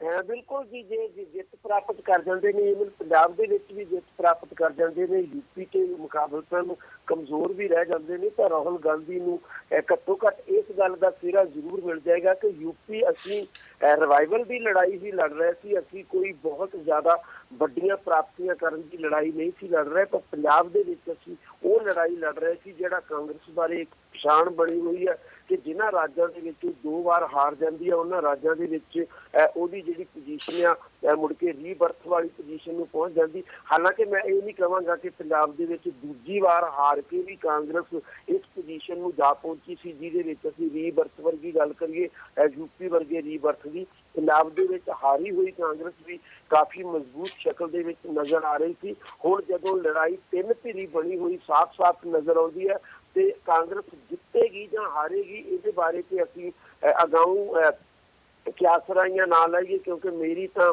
ਇੱਕ ਤਰ੍ਹਾਂ ਨਾਲ ਬਹੁਤ ਦੇਰ ਤੋਂ ਹੀ ਇਹ ਪੋਜੀਸ਼ਨ ਬਣੀ ਹੋਈ ਹੈ ਕਿ ਪੰਜਾਬ 'ਚ ਹੰਗ ਅਸੈਂਬਲੀ ਆ ਰਹੀ ਹੈ। ਮੈਨੂੰ ਤਾਂ ਇਹ ਵੀ ਲੱਗਦਾ ਕਿ ਜਦੋਂ 11 ਤਰੀਕ ਨੂੰ ਰਿਜ਼ਲਟ ਆਉਣਗੇ। ਮੈਂ ਜਿੰਨੀ ਵਾਰ ਇਹ ਗੱਲ ਕਹਿ ਚੁੱਕਾ, ਹੰਗਾਰੇ ਹੋ ਸਕਦਾ ਵੋਟਰ ਪੰਜਾਬ ਦੇ ਮੈਨੂੰ ਬਿਲਕੁਲ ਗਲਤ ਸਾਬਤ ਕਰ ਦੇਣ। ਇੱਕ ਤਰ੍ਹਾਂ ਨਾਲ ਮੇਰਾ ਵੀ ਇਮਤਿਹਾਨ ਹੀ ਉਦੋਂ ਹੋਣ ਜਾ ਰਿਹਾ ਹੋਏਗਾ। ਪਰ ਮੈਨੂੰ ਇਹ ਲੱਗਦਾ ਕਿ ਜੇ ਪੰਜਾਬ ਜਿੱਤ ਜਾਂਦੇ ਨੇ ਤਾਂ ਰਾਹੁਲ ਗਾਂਧੀ ਇਸ ਗੱਲ ਦੇ ਵਿੱਚ ਵੀ ਕਾਫੀ ਆਪਣੇ ਆਪ ਨੂੰ ਮਜ਼ਬੂਤ ਹੋਇਆ ਵੇਖ ਸਕਣਗੇ, ਜਾਂ ਉਹਦੀ ਮਜ਼ਬੂਤੀ ਦੇ ਪੱਖ ਦੇ ਵਿੱਚ ਜਿਹੜੇ ਪਾਰਟੀ ਦੇ ਉਹਨਾਂ ਦੇ ਖਾਸ ਲੋਕ ਨੇ, ਜਿਹਨਾਂ ਨੂੰ ਤੁਸੀਂ ਚਾਹੇ ਚਮਚੇ ਸ਼ਬਦ ਵੀ ਇਸਤੇਮਾਲ ਅਸੀਂ ਉਹਦੇ ਲਈ ਕਰ ਲਈਏ, ਉਹ ਉਹਨਾਂ ਨੂੰ ਜ਼ਰੂਰ ਮਜ਼ਬੂਤ ਕਰਨ ਦੇ ਵਿੱਚ ਰੋਲ ਪਲੇ ਕਰਨਗੇ ਜੇ ਪੰਜਾਬ ਦੇ ਵਿੱਚ ਅਸੀਂ ਕਾਂਗਰਸ ਦੀ ਜਿੱਤ ਵੇਖੀਏ। ਅਜੀਤ ਜੀ, ਮੈਂ ਤੁਹਾਡੇ ਤੇ ਜ਼ਰੂਰ ਇਹ ਸਵਾਲ ਪੁੱਛਣਾ ਚਾਹੂੰਗਾ। ਤੁਸੀਂ ਕਾਂਗਰਸ ਦੇ ਬਹੁਤ ਹੀ ਸਟਰੋਂਗ ਕ੍ਰਿਟਿਕ ਜੋ, ਜੇ ਕਾਂਗਰਸ ਪਾਰਟੀ ਦੇ ਹੱਕ ਰਿਜ਼ਲਟ ਆਉਂਦਾ ਵਾ, of course credit Rahul Gandhi ਨੂੰ ਜਾਊਗਾ, ਤੇ ਕੀ ਰਾਹੁਲ ਗਾਂਧੀ ਦੀ ਦਾਅਵੇਦਾਰੀ ਜੋ ਪ੍ਰਧਾਨ ਪੋਸਟ ਵਾਸਤੇ ਕਾਂਗਰਸ ਦੇ ਸਟਰੋਂਗ ਹੋਰ ਹੋਊਗੀ, ਜਾਂ ਫਿਰ ਜੇ ਇਸ ਸਵਾਲ ਨੂੰ ਮੈਂ ਇਦਾਂ ਪੁੱਛਾਂ ਕਿ ਕਾਂਗਰਸ ਪਾਰਟੀ ਦੇ ਵਰਕਰ ਦਾ ਰਾਹੁਲ ਗਾਂਧੀ ਉੱਤੇ ਵਿਸ਼ਵਾਸ ਜ਼ਿਆਦਾ, ਤੁਸੀਂ ਕਹੋ ਕਿ ਵਰਕਰਸ ਨੂੰ ਰਾਹੁਲ ਗਾਂਧੀ ਸਾਹਿਬ ਉੱਤੇ ਜੋ ਵਿਸ਼ਵਾਸ ਹੈ ਉਹ ਮਜ਼ਬੂਤ ਹੋਊਗਾ? ਦੇਖੋ ਹਰਪ੍ਰੀਤ ਜੀ, ਵਿਸ਼ਵਾਸ ਤੇ ਤਾਂ ਗੱਲ ਜਿਹੜੀ ਹੈਗੀ ਉਹ ਨਹੀਂ ਹੈਗੀ, ਕਿਉਂਕਿ ਰਾਹੁਲ ਗਾਂਧੀ, ਮੈਂ ਕੁੱਲ ਮਿਲਾ ਕੇ ਰਾਹੁਲ ਗਾਂਧੀ ਸਾਹਿਬ ਦੀ ਲੀਡਰਸ਼ਿਪ ਦੀ ਗੱਲ ਕਰ ਰਿਹਾ ਹਾਂ, ਕਿਉਂਕਿ ਜੇ ਰਿਜ਼ਲਟ ਰਾਹੁਲ ਗਾਂਧੀ ਸਾਹਿਬ ਦੇ ਹੱਕ ਚ ਹੁੰਦਾ ਵਾ ਤੇ ਕਿਤੇ ਨਾ ਕਿਤੇ ਕਾਂਗਰਸ ਵਰਕਰ ਨੂੰ ਰਾਹੁਲ ਗਾਂਧੀ ਸਾਹਿਬ ਦੀ ਲੀਡਰਸ਼ਿਪ ਤੇ ਭਰੋਸਾ ਤੇ ਜ਼ਰੂਰ ਹੋਊਗਾ, ਅਜੀਤ ਜੀ, ਜਾਂ ਨਹੀਂ? ਦੇਖੋ ਮੈਂ ਉਹੀ ਗੱਲ ਕਰ ਰਿਹਾ, ਗੱਲ ਭਰੋਸੇ ਦੀ ਨਹੀਂ ਹੈਗੀ। ਭਰੋਸਾ ਨਾ ਭਰੋਸਾ ਮੈਟਰ ਹੀ ਨਹੀਂ ਕਰ ਰਿਹਾ ਹੈਗਾ, ਕਿਉਂਕਿ ਉਹਨਾਂ ਤੋਂ ਬਿਨਾਂ ਹੋਰ ਕੋਈ ਲੀਡਰ ਹੈ ਹੀ ਨਹੀਂ। ਉਹ ਚਾਹੇ ਜਿੱਤਣ ਚਾਹੇ ਹਾਰਨ, ਲੀਡਰ ਤਾਂ ਉਹੀ ਬਣਨਗੇ, ਉਹੀ ਪ੍ਰਧਾਨ ਬਣਨਗੇ, 2 ਦਿਨ ਅੱਗੇ ਬਣਨ 2 ਦਿਨ ਪਿੱਛੇ ਬਣਨ। ਪਰ ਗੱਲ ਇਹ ਹੈ ਕਿ ਜੇ ਉਹ ਦੋਵੇਂ ਥਾਂ ਤੇ ਯੂਪੀ ਦੇ ਵਿੱਚੋਂ ਇੱਕ ਜਿਕਣੇ ਕਹਿੰਦੇ ਵਕਾਰੀ ਜਾਂ ਰਿਸਪੈਕਟੇਬਲ ਜਿਹੜੀਆਂ ਹੈਗੀਆਂ ਸੀਟਾਂ ਜਿੱਤ ਜਾਂਦੇ ਨੇ ਔਰ ਪੰਜਾਬ 'ਚ ਸੱਤਾ ਪ੍ਰਾਪਤ ਕਰ ਜਾਂਦੇ ਨੇ, ਤਾਂ ਰਾਹੁਲ ਗਾਂਧੀ ਵੀ ਚਮਕਦੇ ਚਿਹਰੇ ਨਾਲ ਪ੍ਰਧਾਨ ਬਣ ਸਕਦੇ ਨੇ। ਤੇ ਉਹਨਾਂ ਦੇ ਵਿੱਚ ਵਰਕਰਸ ਨੂੰ ਜਿਹੜਾ ਹੈਗਾ, ਉਹਨਾਂ ਨੂੰ ਪ੍ਰਧਾਨ ਬਣਾਉਂਦੇ ਹੋਏ ਇੱਕ ਉਹਨਾਂ ਦੇ ਨਮੋਸ਼ੀ ਦੀ ਭਾਵਨਾ ਸ਼ਾਇਦ ਉਹਨਾਂ ਦੀ ਨਹੀਂ ਹੋਏਗੀ ਉਹਨਾਂ ਦੇ ਵਿੱਚ। ਉਹਨਾਂ ਨੂੰ ਲੱਗ ਸਕਦਾ ਕਿ ਜਿਸ ਬੰਦੇ ਨੂੰ ਅਸੀਂ ਪ੍ਰਧਾਨ ਬਣਾ ਰਹੇ ਹਾਂ, ਇਹਦੀ ਛਤਰ ਛਾਇਆ ਦੇ ਵਿੱਚ, ਇਹਦੀ ਲੀਡਰਸ਼ਿਪ ਦੇ ਵਿੱਚ ਪਾਰਟੀ ਨੇ ਰਿਵਾਈਵ ਕਰਨਾ ਸ਼ੁਰੂ ਕਰ ਦਿੱਤਾ ਹੈਗਾ। ਸੋ ਇਹ ਚੀਜ਼ ਜਿਹੜੀ ਹੈਗੀ ਰਾਹੁਲ ਗਾਂਧੀ ਦੇ ਹੱਕ 'ਚ ਜਾਏਗੀ, ਇੱਕ ਪੋਜ਼ਿਟਿਵ ਨੋਟ ਤੇ ਜਾਣਗੇ, ਉਹ ਪ੍ਰਧਾਨ ਬਣਨਗੇ। ਤੇ ਜੇ ਹਾਰ ਵੀ ਜਾਂਦੇ ਨੇ, ਜਿਵੇਂ ਇਹਨਾਂ ਨੇ ਸ਼ਬਦੀਪ ਜੀ ਨੇ ਕਿਹਾ ਪ੍ਰਧਾਨ, ਤਾਂ ਫਿਰ ਵੀ ਉਹੀ ਬਣਨਗੇ। ਪ੍ਰਧਾਨ ਕੋਈ ਨਹੀਂ ਬਣਨਾ, ਪਰ ਇੱਕ ਜੋਸ਼, ਇੱਕ ਚਮਕ ਤੇ ਇੱਕ ਉਤਸ਼ਾਹ ਦਾ ਜਿਹੜਾ ਮਾਹੌਲ ਆ ਉਹ ਕਾਂਗਰਸ ਪਾਰਟੀ 'ਚ ਪ੍ਰਧਾਨ ਬਣਾਉਂਦੇ ਹੋਏ ਨਹੀਂ ਦੇਖਣ ਨੂੰ ਮਿਲੇਗਾ। ਕ੍ਰਿਟਿਕਸ ਹੋਣਗੇ, ਉਹਨਾਂ ਦੇ ਵਿਰੁੱਧ ਜਿਹੜੀਆਂ ਹੈਗੀਆਂ ਪਰਦੇ ਦੇ ਪਿੱਛੇ ਗੱਲਾਂ ਵੀ ਹੋ ਜਾਣਗੀਆਂ, ਪਰ ਇਹ ਕੋਈ ਸੰਭਾਵਨਾ ਨਹੀਂ ਕਿ ਉਹਨਾਂ ਦੀ ਜਗ੍ਹਾ ਕੋਈ ਹੋਰ ਪ੍ਰਧਾਨ ਬਣ ਜਾਵੇ। ਤੇ ਜਿਹੜੀ ਤੁਸੀਂ ਪਹਿਲਾਂ ਗੱਲ ਕੀਤੀ ਸੀ, ਮੈਂ ਜ਼ਰੂਰ ਉਹਦੇ ਬਾਰੇ ਕੁਝ ਕਹਿਣਾ ਚਾਹਾਂਗਾ। ਉਹ ਗੱਲ ਇਹ ਹੈ ਕਿ ਨੀਤੀਆਂ ਦੀ ਗੱਲ ਦੇ ਨਾਲ ਨਾਲ ਜਿਹੜੀ ਉੱਥੇ ਜੇ ਕੋਈ ਪਾਰਟੀ ਜਿੱਤਦੀ ਹੈ, ਚਾਹੇ ਬੀਐਸਪੀ ਜਿੱਤਦੀ ਹੈ, ਚਾਹੇ ਜਿਹੜੀ ਐਸਪੀ ਜਿੱਤਦੀ ਹੈ, ਤਾਂ ਕਾਂਗਰਸ ਜੇ ਬੀਜੇਪੀ ਜਿੱਤਦੀ ਹੈ ਤਾਂ ਸਿਨੈਰੀਓ ਬਦਲਦਾ। ਉਹ ਇਸ ਤਰ੍ਹਾਂ ਬਦਲਦਾ ਹੈ ਕਿ ਜਿਹੜੀ ਪਿਛਲੀ ਪੋਲਿਟਿਕਸ ਹੈ ਇਹਨਾਂ ਦੀ 2 ਪਾਰਟੀਆਂ ਦੀ, ਬੀਐਸਪੀ ਤੇ ਐਸਪੀ ਦੀ, ਉਹ ਬਿਲਕੁਲ ਜਿਹੜੀ ਹੈਗੀ ਵੋਟ ਬੈਂਕ ਦੇ ਆਧਾਰਿਤ ਹੈ। ਹੁਣ ਜਿਹੜੀ ਬੀਜੇਪੀ ਦੀ ਵੋਟ ਜਿਹੜੀ ਹੈਗੀ ਪੋਲਿਟਿਕਸ, ਉਹ ਵੀ ਵੋਟ ਬੈਂਕ ਦੇ ਆਧਾਰਿਤ ਹੁੰਦੀ ਜਾ ਰਹੀ ਹੈ, ਇਹ ਕੋਈ ਸ਼ੱਕ ਵਾਲੀ ਗੱਲ ਨਹੀਂ। ਪਰ ਇਹਨਾਂ ਨੂੰ ਐਡਵਾਂਟੇਜ ਹੈ ਕਿ ਜੇ ਵੋਟ ਬੈਂਕ ਪੋਲਿਟਿਕਸ ਵਾਸਤੇ ਇਹਨਾਂ ਕੋਲ ਵੱਡੀ ਗਿਣਤੀ ਦਾ ਵੋਟ ਬੈਂਕ ਹੈ, ਉਹਨਾਂ ਕੋਲੇ ਜਿਹੜਾ ਇਹੋ ਜਿਹਾ ਵੋਟ ਬੈਂਕ ਹੈ ਜਿਨ੍ਹਾਂ ਪਾਰਟੀਆਂ ਕਾਂਗਰਸ, ਬੀਐਸਪੀ, ਬੀਜੇਪੀ ਨੇ, ਜਿਨ੍ਹਾਂ ਵਾਸਤੇ ਮੁਸਲਿਮ ਤੇ ਦਲਿਤ ਵੋਟ ਬੈਂਕ ਹੈਗਾ ਸੀ, ਉਹਨਾਂ ਨੂੰ ਇੱਕ ਮੁਸ਼ਕਲ ਦਾ ਸਾਹਮਣਾ ਜ਼ਰੂਰ ਕਰਨਾ ਪਏਗਾ ਕਿ ਇਹ ਦੋਵੇਂ ਵੋਟ ਬੈਂਕ ਉਨੇ ਚੰਗੀ ਸਥਿਤੀ ਦੇ ਵਿੱਚ ਪਿਛਲੇ ਸਾਲਾਂ ਦੇ ਵਿੱਚ ਨਹੀਂ ਆ ਸਕੇ ਹੈਗੇ। ਉਹਨਾਂ ਦੀ ਤਰੱਕੀ, ਉਹਨਾਂ ਦੇ ਹਾਲਤ ਦੇ ਸੁਧਾਰ ਜਿੰਨਾ ਹੋਣਾ ਚਾਹੀਦਾ ਨਹੀਂ ਹੋਇਆ। ਉਹਨਾਂ ਦਾ ਵੋਟ ਬੈਂਕ ਦੀ ਬਲਗਣ ਦੇ ਵਿੱਚੋਂ ਜੇ ਅਵੇਅਰਨੈਸ ਆ ਜਾਂਦੀ ਹੈ ਜਾਂ ਦੂਸਰੀ ਪਾਰਟੀ ਕੋਈ ਉਹਨਾਂ ਨੂੰ ਪ੍ਰੇਰਨ ਵਾਸਤੇ, ਭਾਵੇਂ ਬੀਜੇਪੀ ਹੋਵੇ, ਕਾਮਯਾਬ ਹੋ ਜਾਂਦੀ ਹੈ, ਤਾਂ ਉਹਨਾਂ ਦੇ ਵੋਟ ਬੈਂਕ ਨੂੰ ਬਖੇਰਨਾ ਸੌਖਾ ਹੋਏਗਾ। ਇਹਦੇ ਮੁਕਾਬਲੇ ਦੇ ਵਿੱਚ ਜਿਹੜਾ ਬੀਜੇਪੀ ਵੋਟ ਬੈਂਕ ਕ੍ਰੀਏਟ ਕਰ ਰਹੀ ਹੈ ਮੈਜੋਰਿਟੀ ਦਾ, ਉਹਨੂੰ ਬਖੇਰਨਾ ਔਖਾ ਹੋਏਗਾ। ਸੋ ਇਹਨਾਂ ਦੇ ਆਉਣ ਵਾਲੇ ਸਮੇਂ ਦੇ ਵਿੱਚ ਇੱਕ ਵੱਖਰੀ ਕਿਸਮ ਦੀ ਪੋਲਿਟਿਕਸ ਦਾ ਸਾਹਮਣਾ ਦੂਜੀਆਂ ਪਾਰਟੀਆਂ ਨੂੰ, ਬੀਜੇਪੀ ਤੇ ਦੂਜੇ ਵਿਰੋਧੀ ਪਾਰਟੀਆਂ ਨੂੰ ਕਰਨਾ ਪੈ ਸਕਦਾ ਹੈ। ਔਰ ਫਿਰ ਜੇ ਬੀਜੇਪੀ ਇੱਕ ਇਮਾਨਦਾਰ, ਐਂਟੀ ਕਰਪਸ਼ਨ ਔਰ ਡਿਵੈਲਪਮੈਂਟ ਪੱਖੀ ਆਪਣਾ ਫੇਸ ਤੇ ਇੱਕ ਮੋਮੈਂਟਮ ਦੇਣ ਦੀ ਕਾਮਯਾਬ ਹੋ ਜਾਂਦੀ ਹੈ ਇੰਡੀਅਨ ਪੋਲਿਟਿਕਸ ਦੇ ਵਿੱਚ ਕਿ ਵੋਟ ਬੈਂਕ ਦਾ ਆਧਾਰ ਪੋਲਿਟਿਕਸ ਦਾ ਆਧਾਰ ਵੋਟ ਬੈਂਕ ਦੀ ਬਜਾਏ development and honest democratic system ਹੋਣਾ ਚਾਹੀਦਾ ਹੈ। ਤਦ ਇਹਨਾਂ ਪਾਰਟੀਆਂ ਨੂੰ ਬਹੁਤ ਸਖਤ ਲੱਗੇਗੀ ਤੇ ਉਦੋਂ ਫਿਰ ਇਹਨੂੰ ਚੈਲੰਜ ਕਰਨ ਵਾਸਤੇ ਆਮ ਆਦਮੀ ਪਾਰਟੀ ਹੋਏਗੀ ਜਿਹਦਾ ਅਜੇ ਭਵਿੱਖ ਤੈਅ ਹੋਣਾ। ਜੀ ਜੇ ਅਮਿਤ ਸ਼ਾਹ ਦੀ ਗੱਲ ਕਰੀਏ, ਕਿਤੇ ਨਾ ਕਿਤੇ ਬਿਹਾਰ ਇਲੈਕਸ਼ਨ ਤੋਂ ਬਾਅਦ ਵੀ ਅਮਿਤ ਸ਼ਾਹ ਦੀ ਬੀਜੇਪੀ ਤੇ ਪ੍ਰਧਾਨ ਬਣੇ ਰਹਿਣ ਤੇ ਸਵਾਲ ਉੱਠਣ ਲੱਗ ਗਏ ਸੀ ਤੇ ਜੇ ਬੀਜੇਪੀ ਦਾ ਪ੍ਰਦਰਸ਼ਨ ਉੱਤਰ ਪ੍ਰਦੇਸ਼ ਵਿੱਚ ਵਧੀਆ ਨਹੀਂ ਰਹਿੰਦਾ ਤੇ ਸ਼ਾਇਦ ਇਹ ਸਵਾਲ ਫਿਰ ਤੋਂ ਉੱਠਣਗੇ। ਕੱਲ ANI ਨੂੰ ਇੱਕ ਸਪੈਸ਼ਲ ਇੰਟਰਵਿਊ ਦੇ ਵਿੱਚ ਗੱਲਬਾਤ ਕਰਦੇ ਹੋਏ ਅਮਿਤ ਸ਼ਾਹ ਕੋਲੋਂ ਜਦੋਂ ਸਵਾਲ ਪੁੱਛਿਆ ਗਿਆ 5 ਸਟੇਟਾਂ ਬਾਰੇ ਤੇ ਮੈਨੂੰ ਹੈਰਾਨੀ ਹੋਈ ਅਮਿਤ ਸ਼ਾਹ ਦੇ ਇਸ ਜਵਾਬ ਤੋਂ, ਜਿੱਥੇ ਕਿ ਉਹਨਾਂ ਨੇ 4 ਸਟੇਟਾਂ ਵਿੱਚ ਬੀਜੇਪੀ ਦੀ ਜਿੱਤ ਦੀ ਗੱਲ ਕੀਤੀ ਆ, ਪਰ ਪੰਜਾਬ ਦੇ ਵਿੱਚ ਉਹਨਾਂ ਨੇ 3-ਵੇ ਰੇਸ ਦੀ ਗੱਲ ਕੀਤੀ ਆ। ਕਿਤੇ ਨਾ ਕਿਤੇ ਅਮਿਤ ਸ਼ਾਹ ਦੇ ਇਸ ਮੈਸੇਜ ਤੋਂ ਜੋ ਬੀਜੇਪੀ ਅਤੇ ਪੰਜਾਬ ਦਾ ਬੀਜੇਪੀ ਅਤੇ ਅਕਾਲੀ ਦਲ ਦਾ ਗੱਠ ਜੋੜਿਆ ਉਹਦੇ ਵੱਲ ਇਸ਼ਾਰਾ ਮੈਨੂੰ ਜ਼ਰੂਰ ਲੱਗਦਾ। 2 ਸਵਾਲ ਨੇ ਮੇਰੇ, ਮੈਂ ਇਕੱਠਾ ਚਾਹੂੰਗਾ ਤੁਸੀਂ ਇਹਦੇ ਇਕੱਠੇ ਜਵਾਬ ਦਿਓ। ਪਹਿਲੇ, ਅਮਿਤ ਸ਼ਾਹ ਦਾ ਪ੍ਰਧਾਨ ਬਣੇ ਰਹਿਣ ਤੇ ਸਵਾਲ ਬਣਨਗੇ ਨਹੀਂ ਬਣਨਗੇ? ਦੂਜੇ, ਜੇ ਪੰਜਾਬ ਵਿੱਚ ਰਿਜ਼ਲਟ ਸ਼੍ਰੋਮਣੀ ਅਕਾਲੀ ਦਲ ਅਤੇ ਬੀਜੇਪੀ ਦੇ ਹੱਕ 'ਚ ਨਹੀਂ ਆਉਂਦਾ ਤੇ ਕੀ ਇਸ ਗੱਠਜੋੜ ਉੱਤੇ ਵੀ ਸਵਾਲ ਉਠਾਏ ਜਾਣਗੇ?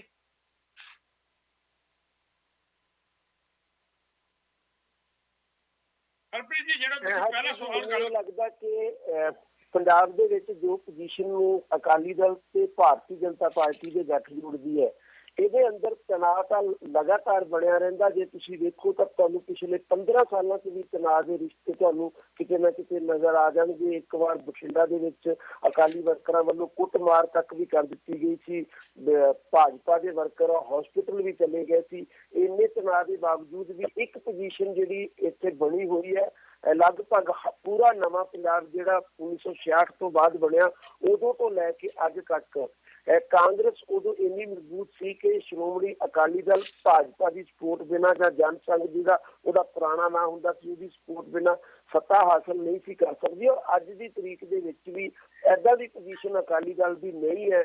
ਹਾਲਾਂਕਿ ਉਹਨੇ ਪੰਜਾਬ ਦੇ ਵਿੱਚ ਭਾਸ਼ਾਵਾਰ ਸੂਬਾ ਬਣਾਉਣ ਦੀ ਲੜਾਈ ਲੜੀ ਹੈ, ਪੰਜਾਬ ਦੇ ਕਈ ਮੁੱਦਿਆਂ ਦੇ ਉੱਤੇ ਉਹ ਲੜੇ ਨੇ, ਐਮਰਜੈਂਸੀ ਦੇ ਖਿਲਾਫ ਵੀ ਲੜੇ ਨੇ। ਇਹਦੇ ਬਾਵਜੂਦ ਅਕਾਲੀ ਦਲ ਦੀ ਇਹ ਪੋਜੀਸ਼ਨ ਨਹੀਂ ਕਿ ਉਹ ਕੱਲਾ ਜੇਤੂ ਹੋਣ ਦੇ ਪਹੁੰਚ ਸਕੇ ਪੋਜੀਸ਼ਨ ਦੇ ਵਿੱਚ। ਤੇ ਜਦੋਂ ਉਹਦੀ ਜੇਤੂ ਹੋਣ ਦੀ ਪੋਜੀਸ਼ਨ ਸਵਾਲੀਆ ਨਿਸ਼ਾਨਾਂ ਦੇ ਦਾਇਰੇ ਦੇ ਵਿੱਚ ਆ, ਕਿਤੇ ਨਾ ਕਿਤੇ ਹਰ ਹਾਲਤ ਦੇ ਵਿੱਚ ਉਹ ਸਮਝੌਤਾ ਬੀਜੇਪੀ ਨਾਲ ਕਰਨ ਦੀ ਕੋਸ਼ਿਸ਼ ਪੰਜਾਬ ਦੇ ਵਿੱਚ ਕਰਨਗੇ। ਦੂਸਰੀ ਗੱਲ, ਜੇ ਅਸੀਂ ਆਲ ਇੰਡੀਆ ਲੈਵਲ ਤੇ NDA ਦੀ ਗੱਲ ਕਰੀਏ, ਮੇਰੇ ਮੁਤਾਬਕ NDA ਕੋਲੇ ਸ਼੍ਰੋਮਣੀ ਅਕਾਲੀ ਦਲ ਦੇ ਮੁਕਾਬਲੇ ਕੋਈ ਵੀ ਇੰਨਾ ਮਜ਼ਬੂਤ ਤੇ ਪੱਕਾ ਗੱਠਜੋੜ ਨਹੀਂ ਆ ਜਿਹੜਾ ਹਰ ਹਾਲਤ ਦੇ ਵਿੱਚ, ਹਰ ਚੰਗਿਆਈ ਦੇ ਵਿੱਚ, ਹਰ ਬੁਰਾਈ ਦੇ ਵਿੱਚ, ਹਰ ਪਾਪ ਦੇ ਵਿੱਚ ਵੀ ਉਹਨਾਂ ਦੀ ਸਪੋਰਟ ਕਰ ਸਕੇ। ਬਾਕੀ ਦੇ ਲੋਕ ਕਦੇ ਨਾ ਕਦੇ ਪਿੱਛੇ ਹਟ ਕੇ ਸਵਾਲ ਉਠਾ ਲੈਂਦੇ ਨੇ, ਕਦੇ ਬਾਹਰ ਹੋ ਜਾਂਦੇ ਨੇ, ਪਾਸਵਾਨ ਵਰਗੇ ਕਦੇ ਅੰਦਰ ਆ ਜਾਂਦੇ ਨੇ, ਪਰ ਇੱਕ ਅਕਾਲੀ ਦਲ ਇੱਕੋ ਇੱਕ ਪਾਰਟੀ ਆ। ਚਾਹੇ ਭਾਰਤੀ ਜਨਤਾ ਪਾਰਟੀ ਕੋਈ ਵੀ ਗੁਨਾਹ ਕਰ ਦੇਵੇ, ਚਾਹੇ ਗੁਜਰਾਤ ਵਾਪਰ ਜਾਵੇ, ਚਾਹੇ ਨੋਟਬੰਦੀ ਦਾ ਗੁਨਾਹ ਹੋ ਜਾਵੇ, ਚਾਹੇ ਸਰਜੀਕਲ ਸਟ੍ਰਾਈਕ ਦੇ ਨਾਂ ਤੇ ਦੇਸ਼ ਭਗਤੀ ਦਾ ਆਭਾਰ ਪੈਦਾ ਹੋ ਜਾਵੇ, ਚਾਹੇ ਗੁਰਮੂਰ ਕੌਰ ਨੂੰ ਦੇ ਬਿਆਨ ਨੂੰ ਬਿਲਕੁਲ ਉਲਟੀ ਦਿਸ਼ਾ ਪ੍ਰਦਾਨ ਕਰਕੇ ਉਹਦੇ ਖਿਲਾਫ ਪਾਕਿਸਤਾਨ ਭੇਜਣ ਦੀਆਂ ਧਮਕੀਆਂ ਕਿਉਂ ਨਾ ਬੀਜੇਪੀ ਦਾ ਕੋਈ ਨੇਤਾ ਦੇ ਦੇਵੇ, ਇਹਦੇ ਬਾਵਜੂਦ ਸਿਰਫ ਤੇ ਸਿਰਫ ਅਕਾਲੀ ਦਲ ਹੈ ਜਿਹੜਾ ਹਮੇਸ਼ਾ ਔਰ ਪਰਮਾਨੈਂਟਲੀ ਭਾਰਤੀ ਜਨਤਾ ਪਾਰਟੀ ਦੇ NDA ਦਾ ਸਹਿਯੋਗੀ ਬਣਿਆ ਰਹਿੰਦਾ। ਇਸ ਹਾਲਾਤ ਦੇ ਵਿੱਚ ਕੇਂਦਰ ਦੇ ਪੱਖ ਤੋਂ ਵੀ ਤੇ ਪੰਜਾਬ ਦੇ ਵਿੱਚ ਸੱਤਾ ਦੇ ਪੱਖ ਤੋਂ ਵੀ, ਸੱਤਾ ਦੇ ਸੰਘਰਸ਼ ਦੇ ਪੱਖ ਤੋਂ ਵੀ ਮੈਨੂੰ ਨਹੀਂ ਲੱਗਦਾ ਇਸ ਗੱਠਜੋੜ ਨੇ ਕਦੇ ਟੁੱਟਣਾ। ਪਰ ਇੱਕ ਗੱਲ ਜ਼ਰੂਰ ਆ ਕਿ ਇਹਦੇ ਰਿਸ਼ਤੇ ਸੁਖਾਵੇਂ ਵੀ ਕਦੇ ਨਹੀਂ ਰਹਿਣੇ, ਖਾਸ ਕਰਕੇ ਪੰਜਾਬ ਦੇ ਵਿੱਚ। ਦਿੱਲੀ ਦੀ ਸੱਤਾ ਤੇ ਕੋਈ ਬਹੁਤ ਜ਼ਿਆਦਾ ਤਣਾਅ ਨਹੀਂ, ਕਿਉਂਕਿ ਉੱਥੇ ਸ਼ਰਤਾਂ ਅਕਾਲੀ ਦਲ ਨੇ ਮੰਨਣੀਆਂ ਹੁੰਦੀਆਂ ਤੇ ਇੰਨੀਆਂ ਕੁ ਸ਼ਰਤਾਂ ਉਹ ਮਨਾ ਹੀ ਲੈਂਦੇ ਨੇ ਕਿ ਉਹਨਾਂ ਦੇ ਲੋੜੀਂਦੇ ਬੰਦੇ ਐਡਜਸਟ ਹੋ ਜਾਣ। ਹੁਣ ਤਾਂ ਵੈਸੇ ਵੀ ਸੌਖਾ ਹੋ ਗਿਆ, ਪਰਿਵਾਰ ਦਾ ਹੀ ਇੱਕ ਜੀ ਐਡਜਸਟ ਕਰਨਾ, ਪਾਰਟੀ ਨੂੰ ਤੇ ਐਡਜਸਟ ਕਰਨਾ ਹੀ ਨਹੀਂ। ਔਰ ਪਰਿਵਾਰ ਪਾਰਟੀ ਦੇ ਉੱਤੇ ਇੰਨਾ ਭਾਰੂ ਹੋ ਚੁੱਕਾ ਸ਼੍ਰੋਮਣੀ ਅਕਾਲੀ ਦਲ ਦੇ ਅੰਦਰ ਕਿ ਕਿਸੇ ਦੀ ਹਿੰਮਤ ਨਹੀਂ ਹੈ ਕਿ ਉਹ ਪਾਰਟੀ ਨੂੰ ਮੋਹਰੇ ਰੱਖ ਕੇ ਬਾਦਲ ਪਰਿਵਾਰ ਨੂੰ ਰੋਕ ਸਕੇ। ਔਰ ਜੇ ਬਾਦਲ ਪਰਿਵਾਰ ਖੁਸ਼ ਹੈ ਤੇ ਬੀਜੇਪੀ ਨਾਲ ਦਿੱਲੀ 'ਚ ਤਾਂ ਕੋਈ ਸੰਕਟ ਹੀ ਨਹੀਂ ਹੈ ਕੇਂਦਰ ਪੱਧਰ ਦੇ ਉੱਤੇ। ਪੰਜਾਬ 'ਚ ਸੰਕਟ ਹੈ ਕਿਉਂਕਿ ਪੰਜਾਬ ਦੇ ਅਕਾਲੀ ਦਲ ਨੇ ਬੀਜੇਪੀ ਨੂੰ ਐਡਜਸਟ ਕਰਨਾ, ਉਹਨੂੰ ਕੀ ਦਿੰਦਾ ਤੇ ਬੀਜੇਪੀ ਕੀ ਚਾਹੁੰਦੀ ਹੈ, ਇਸ ਕਰਕੇ ਤਣਾਅ ਸ਼ਾਇਦ ਪੰਜਾਬ ਦੇ ਵਿੱਚ ਬਣਿਆ ਰਹੇ। ਅਜੀਤ ਜੀ ਜੇ ਤੁਸੀਂ ਆਪਣੀ ਗੱਲ ਪੂਰੀ ਕਰਨੀ ਚਾਹੋ।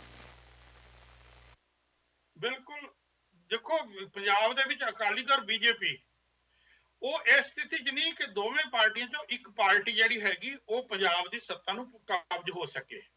ਸੋ ਜਦੋਂ ਇੱਕ ਦੂਜੇ ਦੀ ਲੋੜ ਹੀ ਬਣ ਚੁੱਕੇ ਨੇ ਤਾਂ ਇਹਨਾਂ ਦਾ ਜਿਹੜਾ ਹੈਗਾ ਕਈ ਵਾਰੀ ਕਿਸੇ ਕੁਝ ਇੱਕ ਲੀਡਰਾਂ ਦੀ ਸਹੀ ਐਡਜਸਟਮੈਂਟ ਜਾਂ ਉਹਨਾਂ ਦੀ ਆਕਾਂਖਸ਼ਾ ਦੇ ਹਿਸਾਬ ਦੇ ਨਾਲ, ਉਹਨਾਂ ਦੀ ਐਸਪੀਰੇਸ਼ਨ ਦੇ ਹਿਸਾਬ ਨਾਲ ਕਈ ਵਾਰੀ ਉਹਨਾਂ ਨੂੰ ਉਹ ਅਹੁਦੇ ਨਹੀਂ ਮਿਲਦੇ ਜਿਹੜਿਆਂ ਨੂੰ ਉਹ ਚਾਹੁੰਦੇ ਹੁੰਦੇ ਨੇ, ਤਦ ਕੁਝ ਖਟਾਸ ਪੈਦਾ ਹੋ ਜਾਂਦੀ ਹੈ।